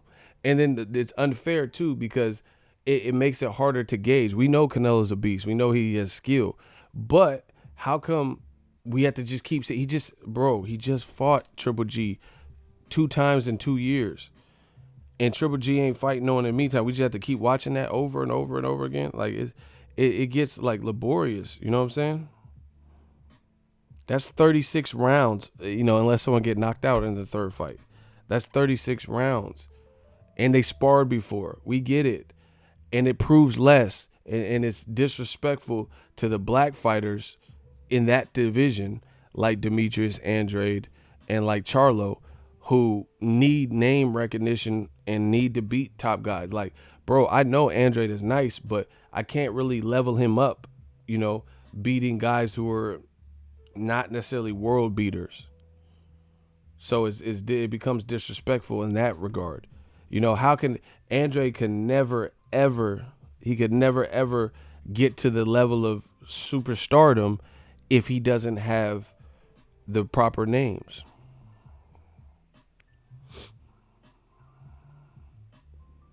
Ghost said Triple G Charlo was mandated, but 3G going right around that to chase Canelo and probably gonna get him. Shaking my head. Exactly. Bro, he had multiple ways at Canelo.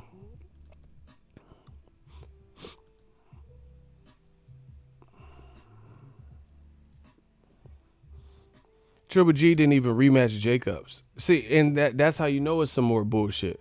Jacobs is a good fighter still. Why didn't Triple G rematch Jacobs? And then the winner gets to fight Canelo. At least something like that. If you're gonna duck Charlo and Andrade, at least something like that. Rematch the Jacobs fight. Y'all said it was easy for Triple G. You said it was gonna be easy. Hell, how does he keep going that? How about that? To establish, that's what Sean Porter and Danny Garcia did. Who gets the Keith Thurman fight? Or who gets the next big fight? Danny and Sean Porter fought, for the belt. So Porter got the bigger fights. Ugas and now Spence. Triple G don't have to do none of that. Do not pass go, get out of jail free cards and shit. In the zone, they just shooting themselves in the foot because they think this is what the mass fan wants. Bro, it's not just me. I'm trying to tell y'all this new media shit is deep. I'm on Twitter seeing the same thing. I'm in boxing circles. It's not like I'm just saying this and I'm the only one preaching this. Even if Canelo Golovkin were to rematch, that's cool. I don't have a problem. But that can happen. There's like Mike Alvarado and Brandon Rios. First of all, Mike Alvarado and Brandon Rios were, to me, they were more action-packed fights, the first two. So I understood the third one. But even that, they didn't just fight. Rios fought Pacquiao and Alvarado fought Marquez or some shit in between. It didn't just, in Ruslan Provodnikov. It wasn't just like Brandon Rios, Mike Alvarado, Brandon Rios. You know what I'm saying? So they could square up at any time. Canelo could lose belts. He can beat Andrade or whatever and still fight Triple G. Ego, what do you think of Canelo Andrade next? I love it. But this is the problem with black fighters in America in these companies.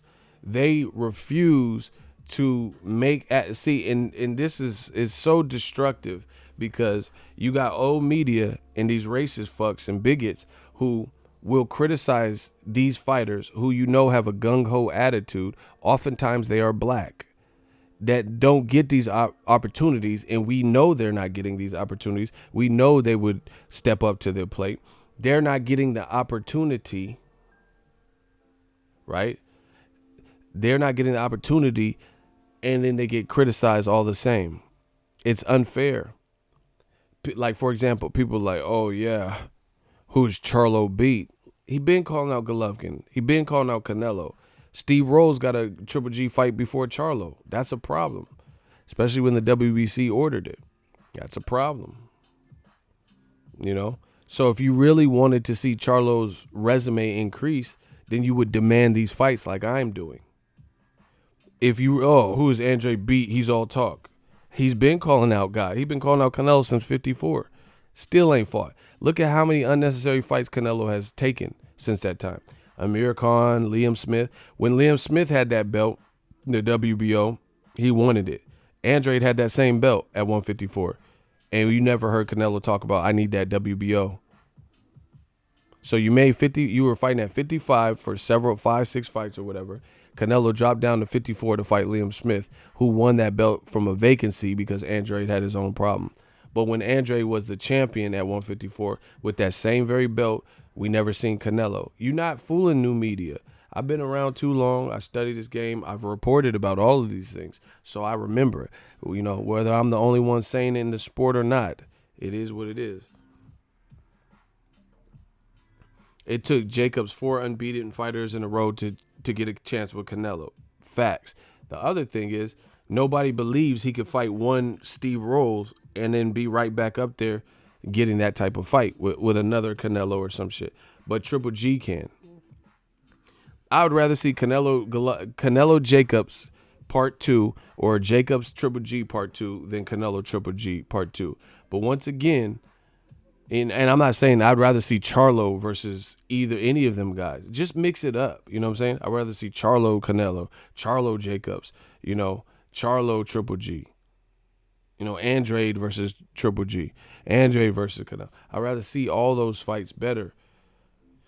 Why we want to see? That's like I don't really want to see Errol Spence versus Kell Brook again. You know? You can say, oh, Kell Brook did good early in his eye, blah, blah, blah, but I don't really want to see that. I don't believe rematches need to happen so often and so frequent. You know, DAZN's marketing and their approach is, to me, kind of a lazy tactic. They're trying to piggy bank off of the prior success or the type of numbers that were generated from HBO boxing with Canelo Golovkin. Now they're like, yo, we could do that same fight over here for a cheaper price and achieve the same results. But that's not the case. Because pay-per-views have, at least from this Canelo Jacobs, they're promoted differently. HBO already had a built-in fan base, so there's no guarantee that you're going to see the same response for that fight now. Because, you know, truth be told, here's another thing, that this is what DAZN, I'm telling you, they need to get people that know boxing, not just people who have money or degrees or something, that really know boxing, because they're really spending crazy and all types of shit, and I don't think they know exactly what the fight fans are wanting just with some of the things that are being said. For example, Triple G, you can't expect Canelo Triple G 3 to have the same response as when we all wanted to see it when it was on HBO, because things have changed. Triple G is getting, his own fans are hot because he's fighting Steve Rolls. They're like, what the fuck is this? They showed Triple G on the screen yesterday, and he got booed. And I know it's a Canelo fight, so I know there were Mexican fans there. You know, just a year ago, you seen people had Mexicans for Gennady Golovkin shirts, Mexicans for Triple G shirts. But on Cinco de Mayo weekend, you had Triple G in attendance, and when they showed him on the DAZN, you know, on the Jumbotron, he was getting booed like a motherfucker. So some of the fans have even turned on Triple G, where they're like, nah, we're not riding with him. We don't like, you know, this motherfucker fighting Steve Rolls. So his fan base ain't necessarily the same. Let's see what type of numbers he does with Steve Rolls. And this is the fight you're hoping for. So shit changes. You have to factor that in, you know? You have to factor that in. They showed Triple G's face and the motherfucker was getting booed. He never got booed. I've been at fights. I was at Canelo Golovkin. When they showed him at other fights, like he was at Wilder Fury. They showed him before he announced he was fighting Steve Rolls and shit, right? They showed Triple G's face, and they're like, ah, people were giving him love, and he was like, yeah, no, you know, it's me. I'm in the audience, you know. Y'all better listen to LJ and smash that like button. So again, you can't, like, things change. You know, they trying to ride off the success of HBO boxing because the fight did over 1 million 2 times. So they say, oh, that'll give us some good traction. But, you know, new face, like Earl Spence keeps saying, tables turn. It's absolutely true. Nobody was calling out Errol Spence.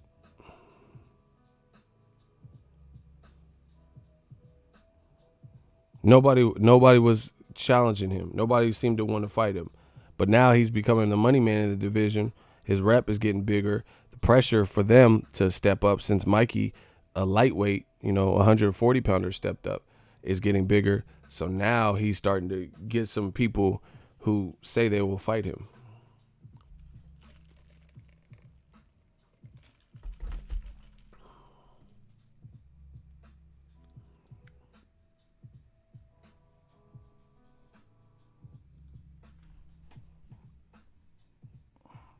Shout out to Scotland. Tell them that Scotland is free. We on that Braveheart shit. So, Dazn got to patch some of these holes up, bro, because it's the whole thing collectively. Like that Brian Kenny commentary was, whoo.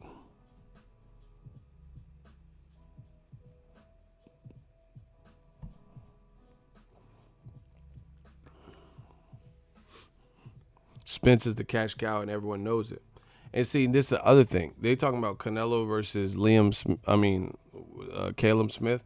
Stylistically, it's not a bad fight. It probably makes some money because Canelo don't fight in the UK, but I don't know. I don't really know what that does for your American audience, to be honest. So you'll make some money in the UK just with the ticketing, but I don't know. I don't know how anticipated that will, because you have to understand they talking about making the fight in the UK. So if the fight happened in the UK, it would happen at UK times. Rather, they're not going to make all of the UK come out at 4 a.m. to a fight. That would actually be kind of smart. Man, I think I'm a genius, bro. That would actually be smart. Have like a Wembley lock-in or some shit where even though, everyone sleeps and prepares for it, and then have a big, massive fight at Wembley, but also put it at a time where it would be accurate for the United States, since that's a big market for boxing. So, it would inconvenience the UK public, but it would be like an event. You know what I'm saying? Not just any fight, but a big fight. Like let's say they had a big fight. Do it so it appeases the time slots in America, and then have it at an unusual time. Bro, that should be dope. Like a lock-in or whatever. They don't do those anymore. I think because there's too many weirdos and shit. Like, rapists and shit. They used to, back in the day, when I was growing up, they used to have like lock-ins. Like they'll have like little places. And this was, yeah, bro. I don't even know if I had a cell phone, but they had like little lock-ins and shit, bro. Have y'all ever heard of a lock-in? Am I tripping? Is it just me?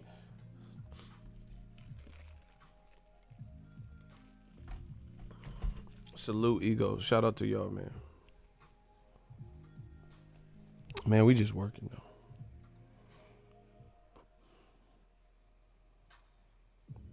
Yeah. He said, yeah, I went to one too. Yeah, it's too dangerous now. You fuck around, be locked in with a serial killer and shit. Motherfucker got that AR on you. You know what I'm saying? Yeah. I'm glad y'all. I'm not even trying to laugh. Like, you know what I'm saying? It's not funny, but I'm just saying it would be. I don't think you could do it. Motherfucker. Yeah, now that the doors is locked, what's popping? Like, motherfucker would be on some shit, bro. Like, call me Neo out this motherfucker. I'm John Wick out this bit, You have to, it'd be like Call of Duty shit. You run by and knifing people and shit on some purge shit.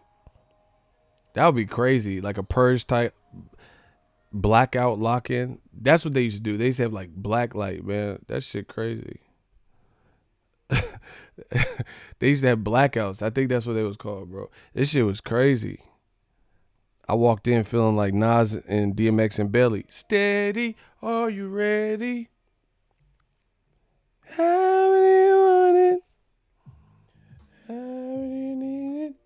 How many want it? I was in there. They had black lights and shit. I was like, okay. However, me and my crew. However do you want it? My eyes was like green and yellow and shit, bro. However do you want it? However do you...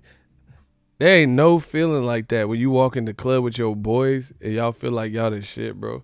However do you want it? However do you... I used to walk in like, it's me, motherfucker. However do you want it? However do you... They want to hate so bad. It's okay. I would hate my life too if I had to dress up like Chuck E. Cheese every day. You a rat in real life and you got to wear a rat costume. I would be mad too, motherfucker. These rats, that you a double rat, bruh. That's what that is. You a rat in real life and then you work at Chuck E. Cheese's So you gotta wear a rat costume. You a double rat, man. I get a rack and double that. You a double rat. You a snitch. You in trouble, Jack. Like, these dudes is double rats, bro. Of mice and men looking ass. John Steinbeck. Of mice and men. Fucking rat. Ratatouille. Hey, Vinny. You're sweating like a pig.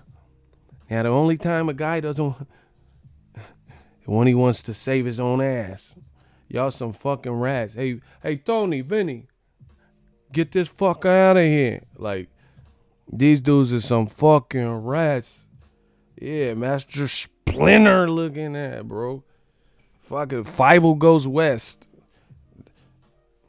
If you ever come to Cali, that's what your plane ticket's finna say. 5 goes west. You a fucking rat, bro. Remember Michael Jackson was making them songs about Ben and shit? I seen a rat. Woo! Fucking Ben. You a rat. Double rat. Rat. You Rat Ross looking ass. Rat. I eat purrs. Oh. Rat. Oh. I eat cheese. Oh. Y'all some fucking rats, man. Leave the boy alone. Let me talk to my crowd. Like, I know y'all want to be like me, but you can't, because you a rat.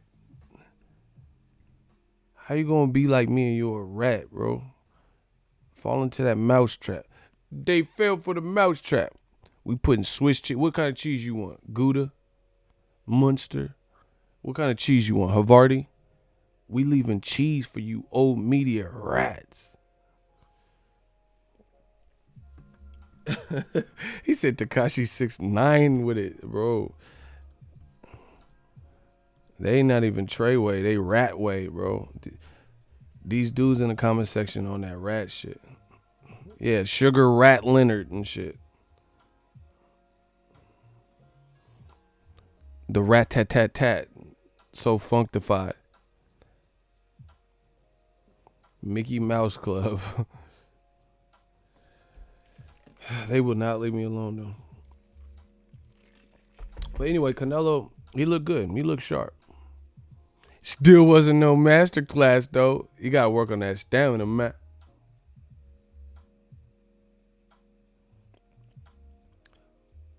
Canelo Andrade is an awesome fight, but Canelo says, okay, put it this way. I'm not the smartest brother in the world, but smash the like button. We will talk about it. Let's just talk about it, people.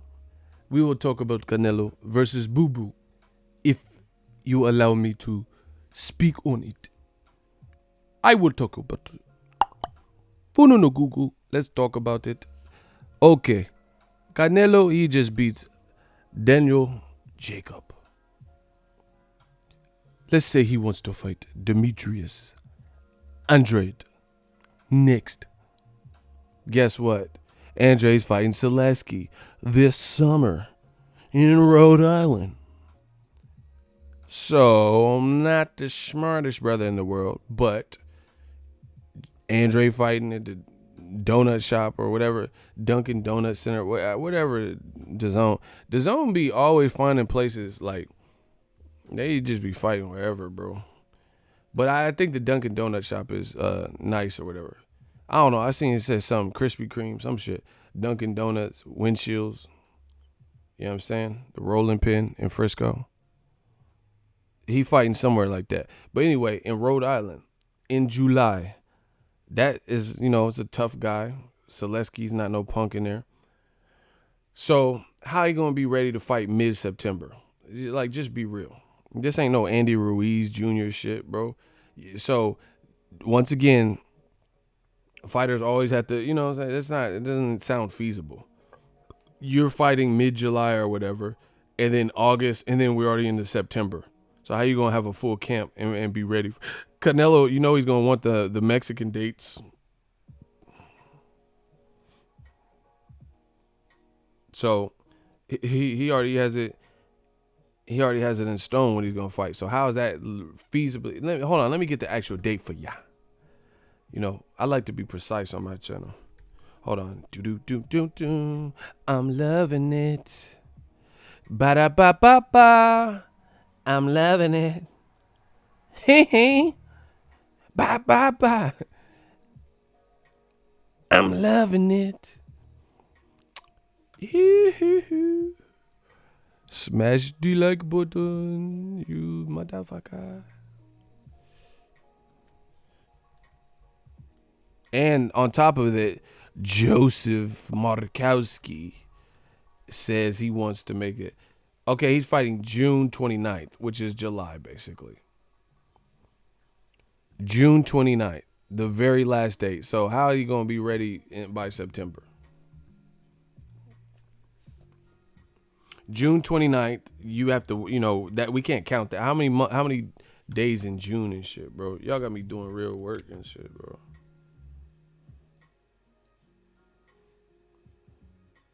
Hold on. Hold up. We gonna talk about it. Smash the like button. We are back. Okay, there's 30 days in June. He's fighting the second to last day. So we'll say July, because there's only one other day. So July, he has 31 days. August has 30 days. And then he has to be ready. I don't know. I don't know if that's cutting it pretty close. Cutting it pretty close for a massive fight. You know, you got to hope you don't get no cuts, no fractures, no hands. You got to win the fight. You got to not only win, but if Andre looks suspect in the fight, then it's, you know, it's not going to, even though he has a belt, if he looks suspect, I don't know if that'll be the direction they go. So, you know, it's just too much on the line. He said it's about 70-something days. And like I said, that's hoping that he gets through the fight, no injuries and stuff like that. You have to consider all that. So I don't know how much negotiations and how much they would bank on that. September 15th, yeah. 30, 60, 61, 70, about 74 days. About 74 days. 74. So you have a little less than 2.5. That's like 2.4 months. 2.5 months, basically. So I don't know. And the other reason why I'm saying it's not realistic, because it's not just about, oh, you just in one fight. Like I said, you got to hope there's no cuts, no injuries, you know, that he got through the fight and won, you know, that he won in his profile, he won in an adequate way. Plus, it's not really even 2.5 months, because what about promotion? Are they going to do a press conference? Are they going to do a press tour in LA and one in New York, his coast, East Coast, and then, you know, Canelo's home base is San Diego? You know, all that has to be factored in. You can't just, like, you're going to just go to camp immediately, no breaks. That's not realistic. You at least, most fighters would take some time off with their family after a tough camp. So about a week off, plus you would have to probably take a week for promotional stuff, press tour. So it's really not even that. That's just from this date to this date time. And then by the 15th, that don't count too, because the 15th is the actual week of the fight. So that's fight week shit. You're already out of camp. So you're looking at everything in the center. You see? Your boy got the knowledge. It's okay. You know, you have to get past the Selesky fight, injury-free and all that, and win convincing to prompt that. You know, take a week off with your family, a week to promote, fight weeks canceled. So that's already 3 weeks out of the equation, roughly. And that's just saying you take a week off to rest. That's about 3 weeks or so just on promotional duties, rest and recovery. So I don't know that would happen. Bro, Akira LaFleur, no one cares what you're talking about. Charlo didn't look ready for Canelo. Bro, Canelo stamina didn't look ready for Charlo. It goes both ways. See, these dudes, I'm telling you, this is that old media shit. But just answer this. Tell me if I'm lying. If I'm lying, that's cool. I would love to hear I'm lying. But these motherfuckers in the comment section, these man fans, they sit through Canelo versus, Kareem Abdul-Jabbar, Jose Cito Lopez, 41-year-old Carlos Baldomir. They sit through Ryan Rhodes and Matthew Hatton. They sit through Angulo, who James Kirkland stopped. They sit through Amir Khan, who had durability issues in smaller divisions and moved up to Canelo weight. They sit through Liam Smith, who wasn't a big name in America because he won a vacant title against John Thompson, right? They sit through Rocky Fielding. But then when it comes to Charlo, who we know is a tough fight for any middleweight, including Canelo or Golovkin. This is not to say he absolutely went, but he's a tough fight. And he's a bigger commodity in boxing. People know the name. People know the brand. People know Lions Only. And it's just overall a good fight for boxing. And then they still don't want to see it, bro. That's that old media shit. This shit doesn't make no fucking sense. Why would you? So it's just like they said the same thing with Triple G. That shows you it's fear. Fear makes people do crazy things. It's fear. I was talking about Charlo should fight Andre. Charlo should fight Triple G. That's a great fight. Oh, what has he done? He hasn't done nothing to deserve it. But then they don't say nothing. They don't say nothing. Bro, then why? Bro, you're making excuses. Just stop. You might as well just wave the white flag before you get in the hot seat. Now he's trying to backtrack. Oh, I didn't say I didn't want to see it.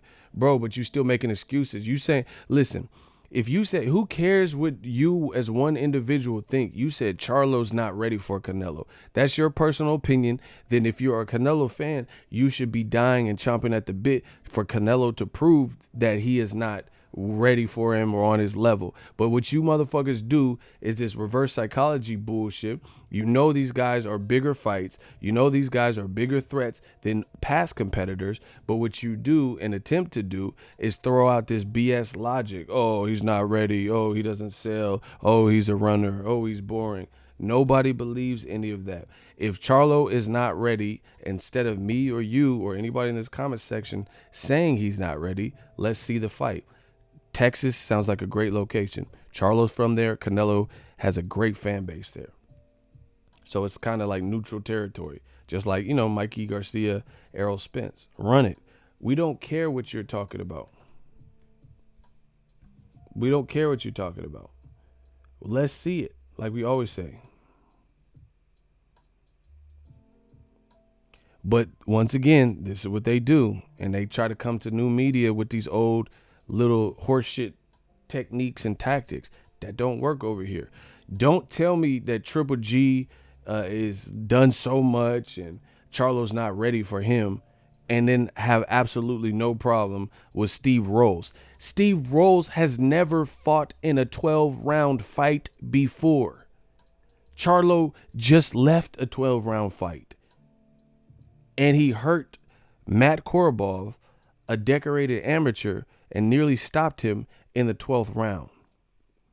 Meanwhile, Triple G's next opponent, Steven Rolls, Roll Daddy, Roll Bounce, has never competed in a 12-round fight. So you cannot have this logic of Charlo hasn't earned it. Charlo isn't ready. Charlo this, Charlo that. But you're okay with Steven Rolls, Stevie Boy, getting the fight with Triple G. It makes no sense. But this is what they try to convey. If you wanted to see the fight, then why would you be putting out excuses? I want to see a lot of fight. You don't see no excuses coming from me. You ain't never heard me say Kovalev ain't ready for Andre Ward. Let's not see it. Never. You never heard me say Pacquiao gonna get his ass beat by Mayweather. I don't want to see that shit. Never.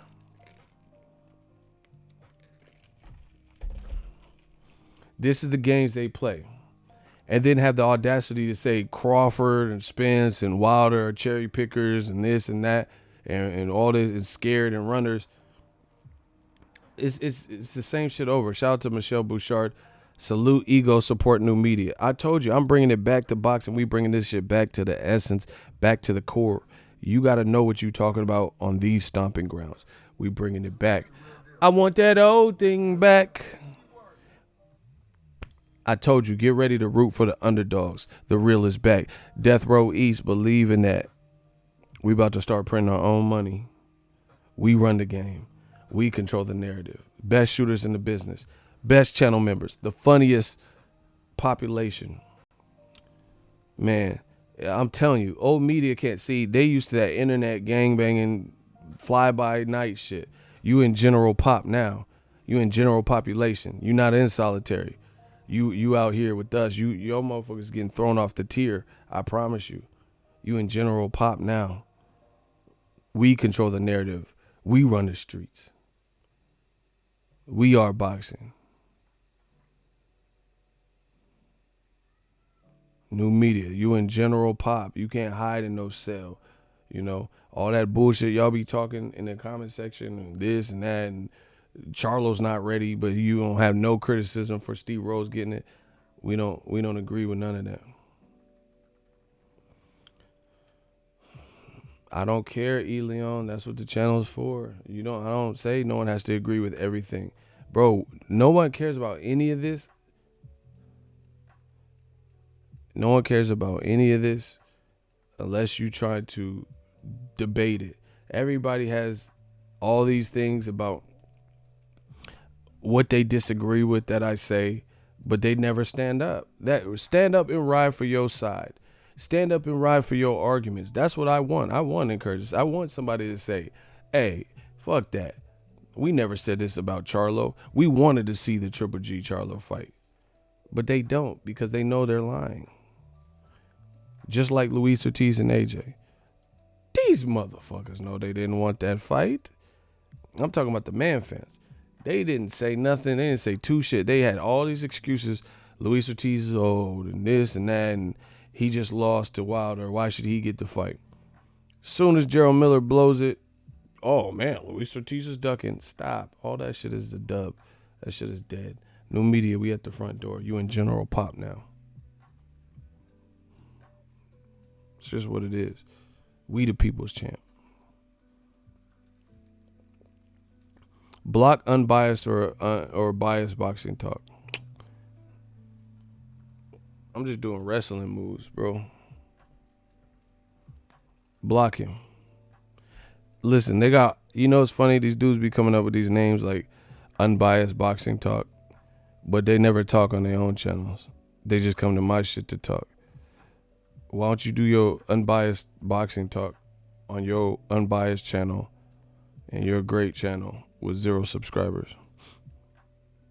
Why they gotta come talk boxing talk on my boxing talk? Like, ain't that a bitch? Ain't that a trip? Yeah. They all always come up with these boxing real true boxing fan, and I'm the boxing fan for life. For life. All this shit. Unbiased, the realist, Machiavelli the Don, boxing, all this extra shit. But don't be talking about it on their channel. They come to my shit. What the fuck? You come to my shit to talk unbiased boxing talk. Okay. You know everything. Go talk about it on your channel with them 0 subs. Y'all motherfuckers be having 1 sub coming to my shit. You don't even have a channel. You have a FaceTime, motherfucker. That's the equivalent to a FaceTime. You got 1 sub. You just talking to one motherfucker. Hey, what's up? You ready to get this thing started? That's a FaceTime. That is not no boxing channel, bro. It's you and another motherfucker.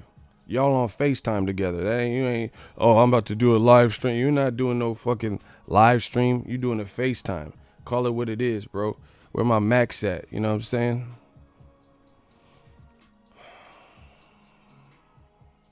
These motherfuckers be doing FaceTime live streams. Yeah, that Canelo sure did his thing, right? Man, we have the best channel, right? That motherfucker, Boxingego, he doesn't know. Like, you on FaceTime. I could do that on Snapchat, what y'all do. You ain't got enough stamps in your passport to fuck with Young Ego. Last time that I checked, it was 5 chains on my neck. You know what I'm saying? Like, you're not fucking with these Cali hustlers, bro. He said, over the top, man. $2 super chat. Just showing some support. He said, the cricket stream. Yeah, that's what I'm saying. The one-on-one stream. You playing a game of 21, bro. It's one-on-one. You playing horse. This the real one. You in the big leagues now. You in the big leagues now. Oh, my shooters is just clapping everything down, bro. Oh, shit. Shooters just... they so bad, bro. Let me get off here. Bro, I'm going to ruin their Sunday fun days. They become obsessed with me, bro. I just want to talk boxing on my channel with my people.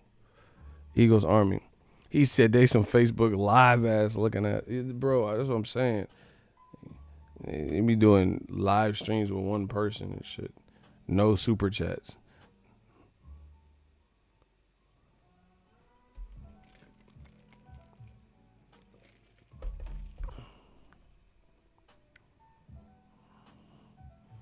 Bro, don't matter to me. The Charlo mandatory. He'd give Canelo and Triple G a good fight.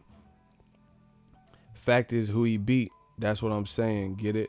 Bro, nobody cares about that. Who he call out and who accepted. Let's look, you in the hot seat. All right, Mr. Got him. Yeah, I got him. You in the hot seat. Has Charlo, in your opinion, aggressively or made it clear that he wants to fight the top dogs at the middleweight? Has he made that clear? That's what he wants. Yeah. Now we getting somewhere. Has he made it clear that?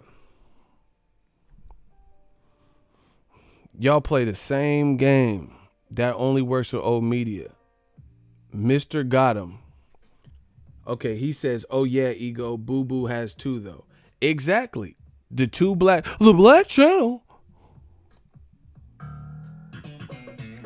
Why with the Black? The Black Channel. And they're not getting the opportunity. Okay, Joseph Markowski of Dazn just publicly, and has been confirmed and quoted on the Los Angeles Times by Lance Pugmire. They just said, oh, we want to make Canelo Triple G. If the fans want it, that's what we want to make. So that lets you know their priority. That's what Dazn, who has all the best middleweights outside of Charlo, and they're not even remotely concerned with a better fight for Andrade. So how can we hold Andrade accountable when he's clearly been vocal about wanting to fight Canelo since 154? He's clearly offered to step in last minute when Canelo failed a drug test that people fail to, remember, even though it was just last year, right? He offered to step in. He's talked about Triple G and fighting Canelo. So what do you want them to do? That's my question to you. Y'all want to play these games? Oh, yeah, who's he beat, though? Bro, how can you beat the people in between them not responding to your call-outs and your promotional side, your promoter network and DAZN streaming that? They're not making that a priority.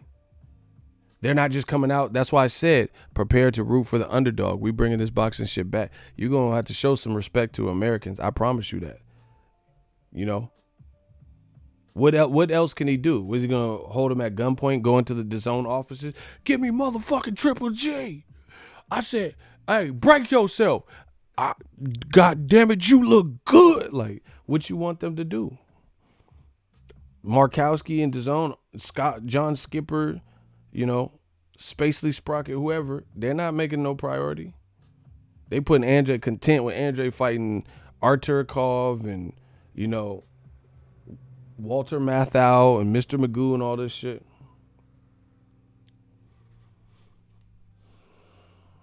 Charlo should fight Boo Boo. Block him. You see, this is what I'm talking about. It's the same rhetoric. Block him. I ask you a direct question. The 2 black fighters got to fight each other. This is their logic. I told you. Block him.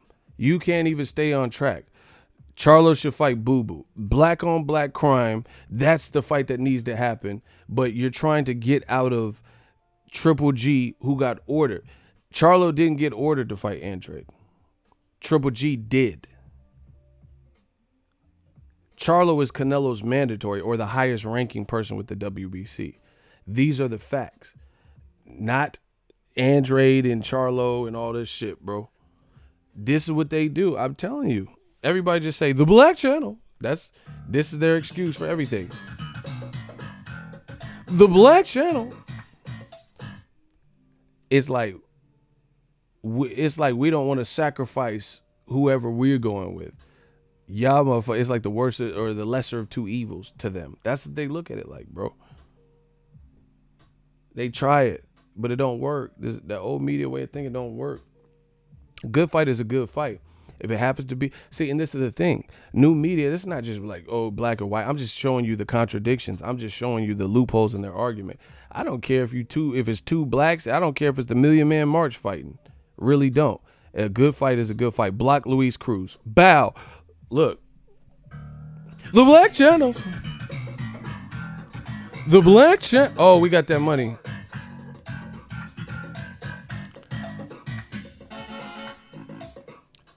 Shout out to Miguel. Salute. $2 super chat. Every time y'all hate the money come in. I don't know why y'all keep doing that. Y'all gonna fuck around and make me rich. Anyway. I don't care. Like Sean Porter versus Errol Spence. That's two black fighters fighting. You don't hear no complaint. You didn't hear me say, oh, why should he fight that? He should fight that. This is what they try to make it because this is old media. They're lazy in their arguments. They try to come with some uncreative bullshit. I'm not saying two black fighters can't fight or no bullshit like that. Again, reference point. I pushed for Errol Spence to fight Keith Thurman. I pushed for Errol Spence Porter. I pushed for Deontay Wilder versus Anthony Joshua. A good fight is a good fight. They don't do this. They being the man fans. They being old media. They don't want to see Lomachenko versus Teofimo. They don't want to see Canelo versus Charlo or Andrade. They do not want to see Triple G versus Andrade or Charlo. Right? They don't want to see Triple G have to fight somebody tough. Triple G versus Jacobs rematch. Triple G versus Charlo, etc. So, man, y'all, the support has been phenomenal. Shout out to Paul Ruffin, $2 super chat. Eagle Army dudes. They have selective hearing. You see how quick he was to divert and say Andre should fight Charlo. I'm asking a direct question. I'm telling you, it's the lesser two evil. They don't care if the two black fighters fight because they just want to see a good fight. You know what I'm saying? But when it's a fighter that they actually like, it's some different shit. Javier Rosa says, you fucking suck, bitch. Shout out to you. No explanation. Got blocked within seconds. Good job. You tell me who's winning. Old media, new media. Hey, I'm making these arguments. You fucking suck, bitch. Cool. Moving on. Hey, listen. Look. Why are they so angry, though? I'm like, hey, man, listen to these points that I made. Bow, bow, bow. You fucking suck, bitch.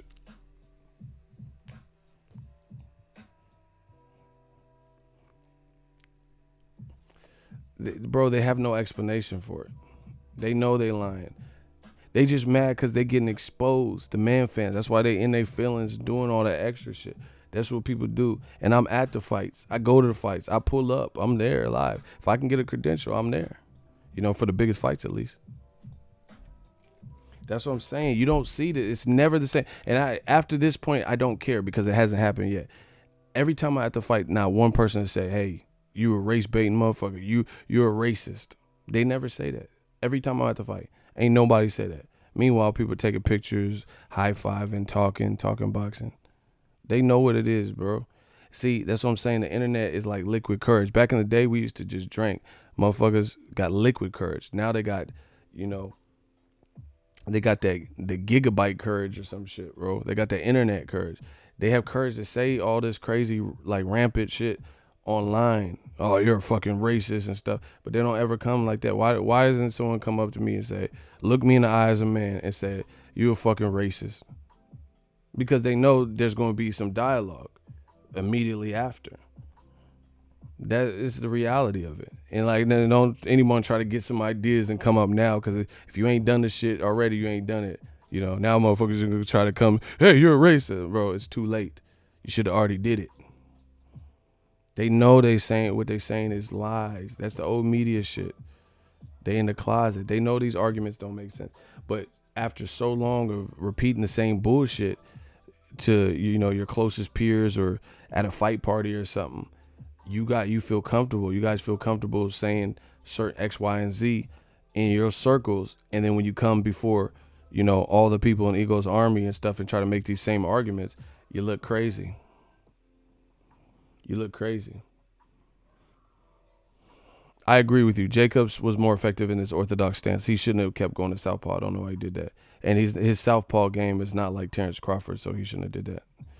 Excellent point.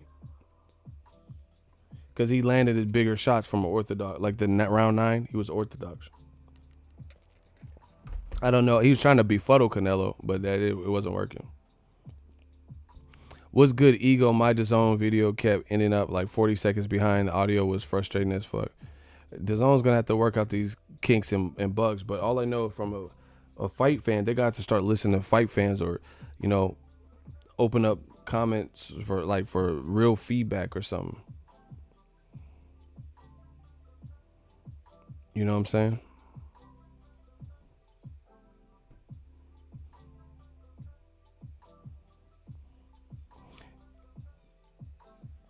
So yeah, Dazn, what they're doing is it's ambitious, but they got to work out these bugs, because so far, like, if you had to pay your main event only $45 to $50 million just from 2 fighters, I don't know. I don't know how profitable that is, you know? And the only reason we talk about numbers like this is because it pertains to the business. How can you facilitate and keep doing it without raising prices, or something's got to give, basically. This is a real deal. Easy work. $5 super chat. Ego, they all on Dante's comment section crying, saying you blocked them. Truth be told, a lot of my boys are saying Jacobs won, so the opinions are split. Bro, it's whatever, bro. They could say to whoever they want. My thing is, the bottom line is the fight was not as one-sided as the commentary made it seem. Period. It wasn't. It was not as one-sided as the commentary made it seem. End of story. I think Canelo started off excellent. You know, he got in a real good groove, but his kryptonite is his continual fatigue in major fights, or keeping up that adequate pace. Maybe he's putting too much into each punch, trying to get someone out of there. You're fighting bigger guys. Pull that back a little bit, you know, so you have more energy late. I don't know. Canelo looked good. He looked sharp. You know, his upper body movement was good. He made Jacobs miss. But the other thing, too, is like Canelo's best work was overstated. Canelo has a flashy style with a lot of pizzazz and flair. So when he's like punching, he's like going for it and like ripping up. Like it looks good. Like it looks technical and it looks flashy and it has that flair to it. But Jacobs wasn't fighting. His biggest thing early was his lack of offense. That's his biggest thing. But it wasn't like Jacobs was getting hit, bow, you know, like getting hit. Neither guy was really getting rocked like that. It was nothing like that. But when Floyd Mayweather outboxes someone, he's outboxing them beautifully, and he's not lacking stamina and getting better as the fight progresses. Motherfuckers all of a sudden turn into, like, they can't comprehend that. And it's that was boring. He was a runner. But then when Canelo, his performance wasn't as flawless as people try to make it seem, right?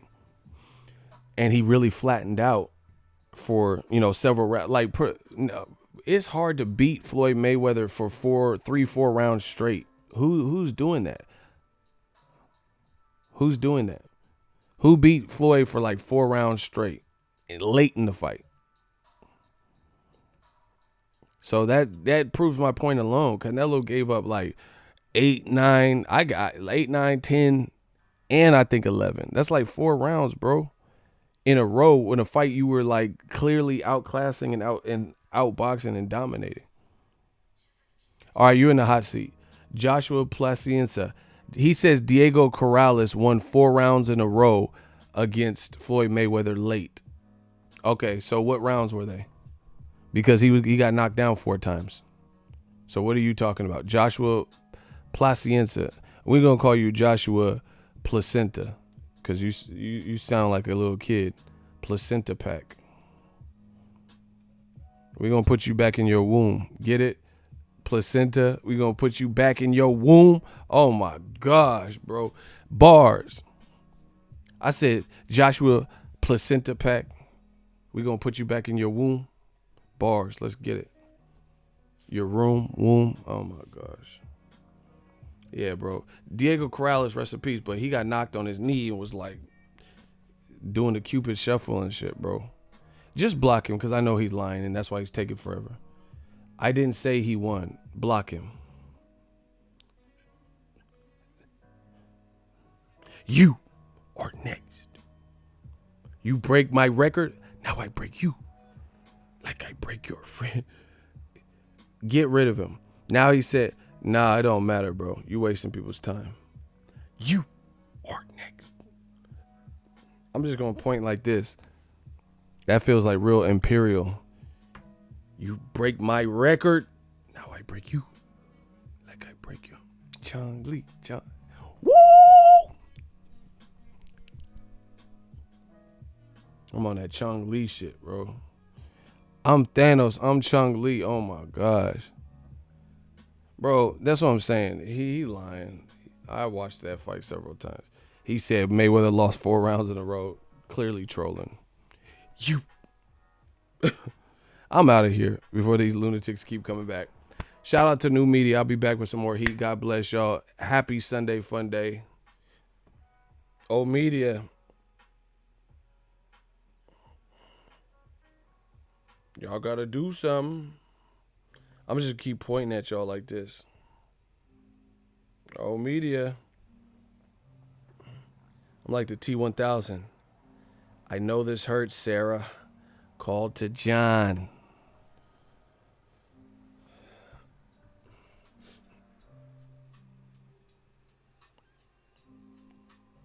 We got to go like this. We're going to start raising the roof on these motherfuckers. This New Media shit getting strong. We're going to start shoulder pressing these motherfuckers.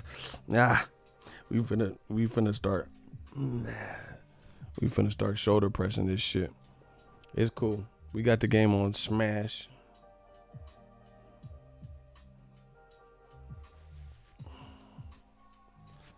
When you watch slow motion replays during De La Hoya, he wasn't landing. Same thing with Cotto. Mayweather was on the ropes like this and, you know, doing all this shit. And they were just throwing punches to make it get see, but that's what I'm saying. The untrained eye, they can't make out stuff. Like, they like Canelo's effort. Because everything Canelo did, he wasn't even landing a lot of that shit. True be. Go watch the highlights on Dazn. The highlights were boring as fuck because they didn't have no like bow and you know what I'm saying? Go watch Errol. Look, I'm a video editor. If I take Errol Spence round 9 and made a highlight tape, I can make a sicker highlight reel than Canelo versus Jacobs on DAZN's YouTube. I guarantee you, off of 1 round. And that's not even the only round he did good work. I guarantee you I can make a better the Amir Khan Crawford fight only lasted 6 rounds and Khan quit. I can make a better highlight reel because Khan was getting hit with some shit and buckled and getting dropped. This wasn't even that type of fight. Stop it.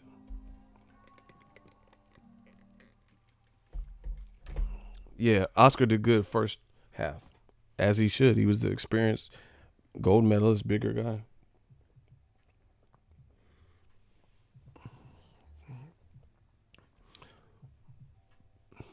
Who do you want next for Canelo, Spence, or Andre? Next question. I don't answer silly questions. New media taking over the game. You know that. Peace out, everybody. Enjoy your day.